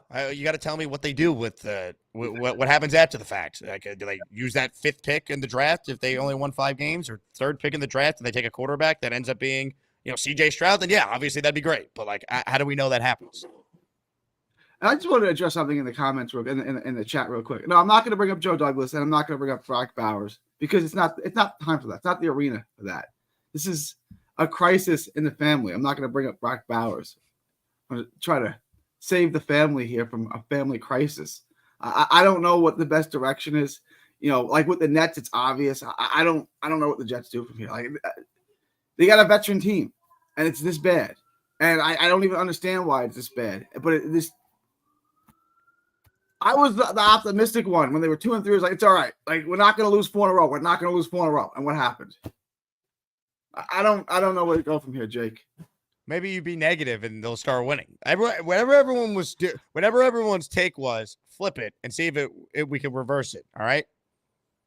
Maybe that will work. It's an episode of Seinfeld where George decided to do everything opposite. Maybe we should just do that. And look how well that worked out for George. See? Yeah, maybe we should just do the opposite. Gary, thanks for calling in. All the love. Have a good one. Chicken with pasta is worse than peanut butter with sandwich.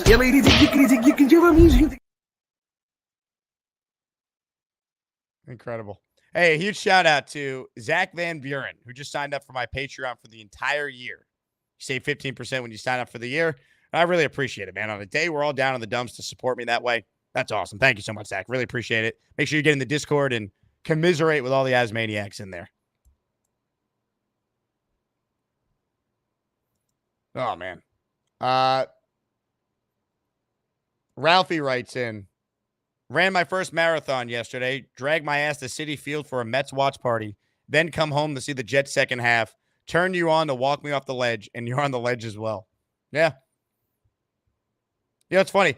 Some people that like watch this show, maybe they tuned in late. They're like, some people say I'm too critical of the Jets or I'm too positive on the Jets. And my answer is, I'm just a fan, man. I just tell you how I feel. That's why this show works. You can agree with me or disagree with me. I can be right. I've been wrong many of times, but it's just my opinion. That's it. I'm just a Jet fan. That's it.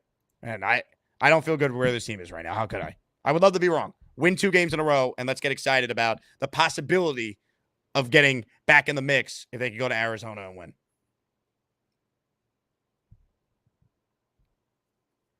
It sucks. It's not what the season's supposed to be. We mentioned that for 4 straight years, there's been a team that started 2-5 that made the playoffs. That team last year was the Green Bay Packers. The guy on the line right now is a Packer fan, and he will join the show. B-Mac, look at my TV. B-Mac, I love Aaron Rodgers. Jets, go Jets. Hey Jake, good evening to you. Evening, B-Mac. Yeah, I just feel so bad for y'all Jet fans, man, especially for you, man. Like, how do you like? I just wish the Jets would start winning. So every post game, you're gonna have to come on and act like you're about to have like a heart attack, because it seems like that's that's about to happen. It's crazy. We're getting close, man. We really are. It sucks. It really does. This fan base has suffered. Yeah, we still come back for more for whatever reason, and we never get rewarded for any of the loyalty. Yeah, I just think that Nook, Rodgers has gotten off to slow starts in his career, 6-4, 1-2 when he said RELX relax, but I think this is totally different from that. I think this team has a lot of problems right now, and we saw that last night in the second half, man. Like Pittsburgh just took their lunch money, and they just pummeled them in the second half, and it was crazy because they were up 15-6. And I thought, all right, is it going to be a blowout? Is it going to be one of them statement games like the Jets are, season on the line, desperation, all right? And then Rodgers threw that pick, and once he threw that pick, man, that just took the heart, right? Like that just took the air out of everything, man. And I knew things was going to go bad from there, and it did. So, Garrett, I got a couple of questions, but first is for the Rodgers. Do you think this hurts his legacy right now? I mean, in New York, if it doesn't work out, sure. But I mean, he's one of the greatest quarterbacks of all time, right? Like he had a brutal injury last year at age 40. Like, I don't think it necessarily hurts his legacy. I mean, he's a first ballot Hall of Famer. He's won 4 MVPs. Like, he solidified his place in NFL history. He could have enhanced his legacy in a major way if he won here, though. That's for sure. Yeah. If he actually won a Super Bowl here, he would be a god for forever in the lore of New York sports. Like it would be unlike anything the city's ever experienced. The Jets won a Super Bowl and he was the savior, but forget that. I mean, geez. Yeah, and then the other one question is, we talk about Garrett Wilson and Breece Hall. Now Breece did had a good game yesterday. Garrett Wilson, you got to make that catch, man. Like, you just have to. That's critical. But do you think that they are pressing too much and they are in their head because Rodgers, because they know they're playing with the all-time great and he expects more from them? And do you think they're thinking too much and that's why they're making these mental mistakes? B-Mac. Hey, you hater guy. Allen sucks and JJ can kiss my ass before I wipe.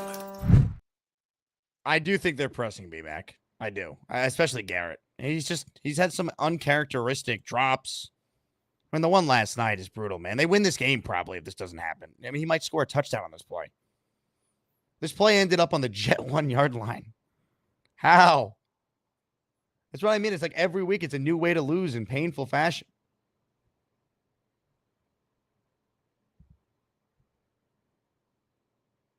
It sucks.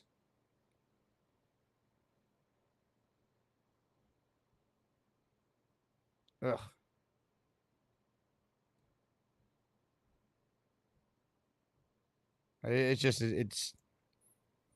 It's hard to fathom they're 2-5, man. It really is.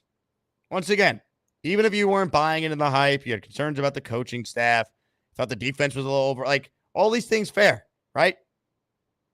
You didn't think they were going to be 2-5. What's crazy about that play with Garrett I just showed, like Rodgers been a great throw on that, man. Like he still gives you those throws. You're like, okay, that's Aaron Rodgers. He does. Man. I mean, Garrett owned it after the game. He's accountable. But, it's like, great. We got to win games, man. Indomitable. Final caller of a 2-hour stream to wrap us up today. Hello, Indomitable. I can't hear you, Indomitable. Make sure your mic's connected or something. No, you're very low. Take your headphones out, if that's what it is, or off Bluetooth. Nope. You're very low. Call back. We'll see if we get you back in. Call back. We'll get him back in. Take 2, baby.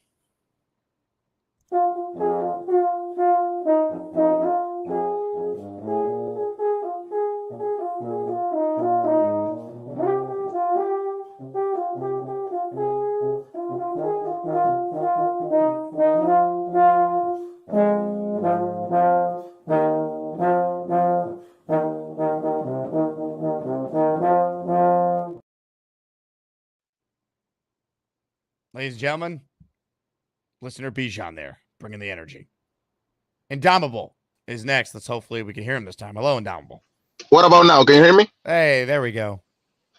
Hey, Jake, man, what a disaster, bro. Unbelievable. I was gonna go yesterday to the city, but I ended up going to Mohegan Sun here in Connecticut. I had some family and friends from New Jersey, so we ended up going here. But I'm trying to go to the Patriots one next week during the day, hopefully, and meet all of you guys. And this is a family, man. We gonna win the Super Bowl together, and we're gonna go through the misery together. So let's stick together through these tough times. When do we win games? Wait, forget the Super Bowl. When do we just win some games, Indomitable? I'm not even asking for the Super Bowl. Man, I'm going for the moon. I'm shooting to the moon, man. So we gotta win games, and we just gotta stick together. This is a rough time, man. I've been a Jets fan. I'm 42 years old. I've been a Jets fan since I can remember, man, like forever in my life. And this is rough, man. The Yankees, diehard Yankees fan, and I don't even care that the Yankees are going to the World Series right now because the Jets, they have hurt my soul right now, man. I don't recall the last time that the team looked so bad.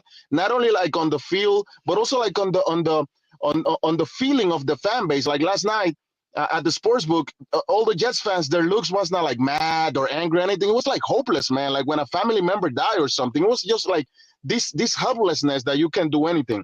And let me tell you something real quick. Like if there's a saying, if you don't know who you are, you'll never get far in life. And the thing with the Jets that irks me the most is the lack of identity. And I think that when the Buffalo Jets fan was a guest, I called, I think I told you, hey, Jake, we need to establish an identity. We need to come out and establish the dominance, impose our will.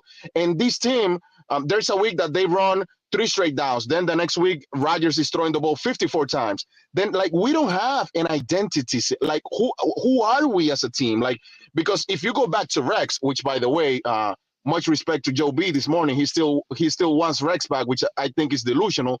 But with Rex, although he wasn't like the greatest coach on earth, I mean, he had a below 500 average for us, but at least we knew what we were with him.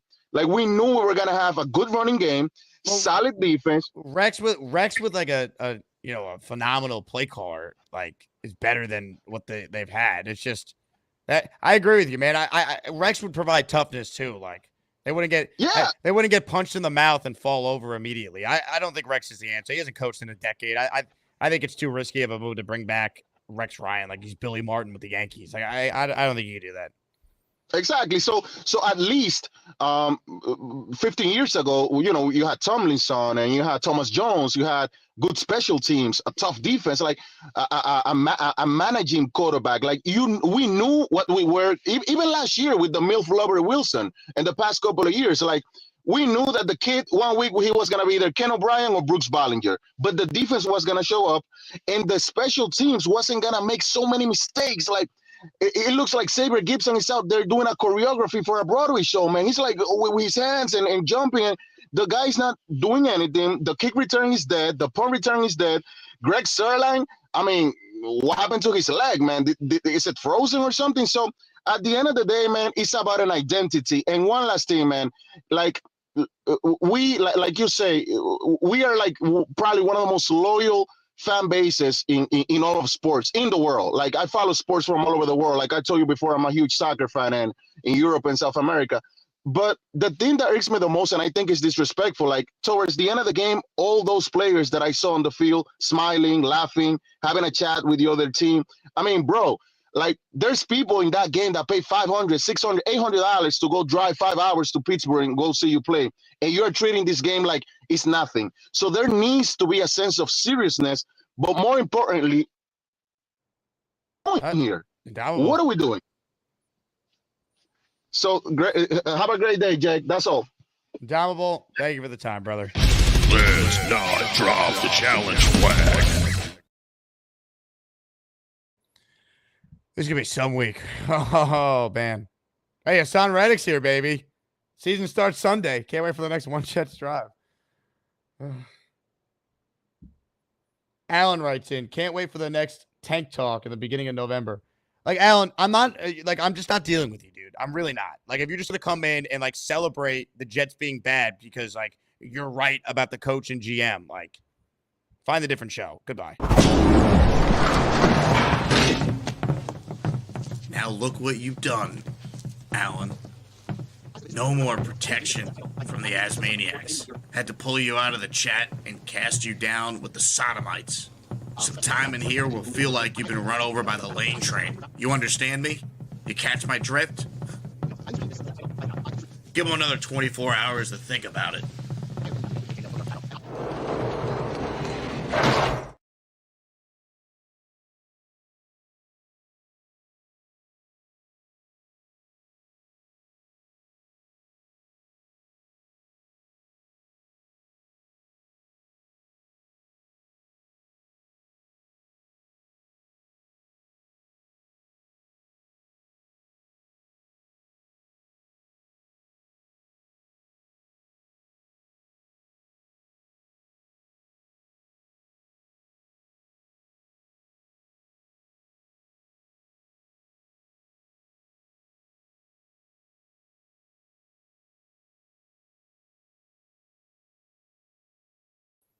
Allen tried to take me to the hole with him, but guess what?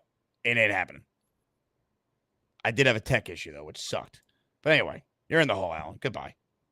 I'm not dealing with your nonsense. All right. Garrett writes in, we have a better roster now than the AFC Championship teams. Issues, character, coaching, toughness. I agree. This team is just as good as those Rex teams. But they don't have the coaching. Paolo says, sucks when Gary might be 100% right on Jet stuff. Not really, because Gary talks out of both sides of his mouth. Joe Douglas is the worst, but this is the most talented Jets team he's seen since 98. They could have had Amari Cooper and Hassan Reddick instead of just Devontae. Well, now they have Devontae and Hassan Reddick. Like, come on, man.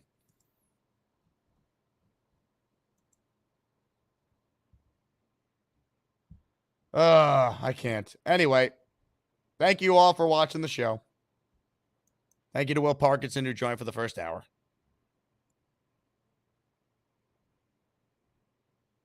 You guys are awesome. This fan base is great.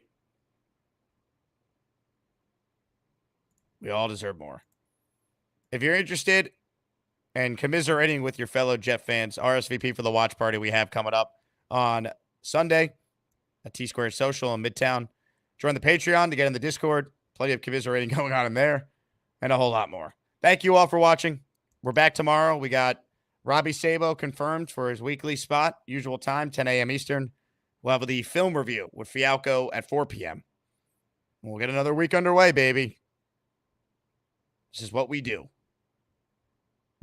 The pain never ends. Thanks for watching, everybody. Watch the Beningo spot earlier if you haven't. Enjoy your night. Hopefully it's better than last night was. Disgusting franchise that masquerades themselves as an NFL football team. I hate this team. I hate them. I hate them.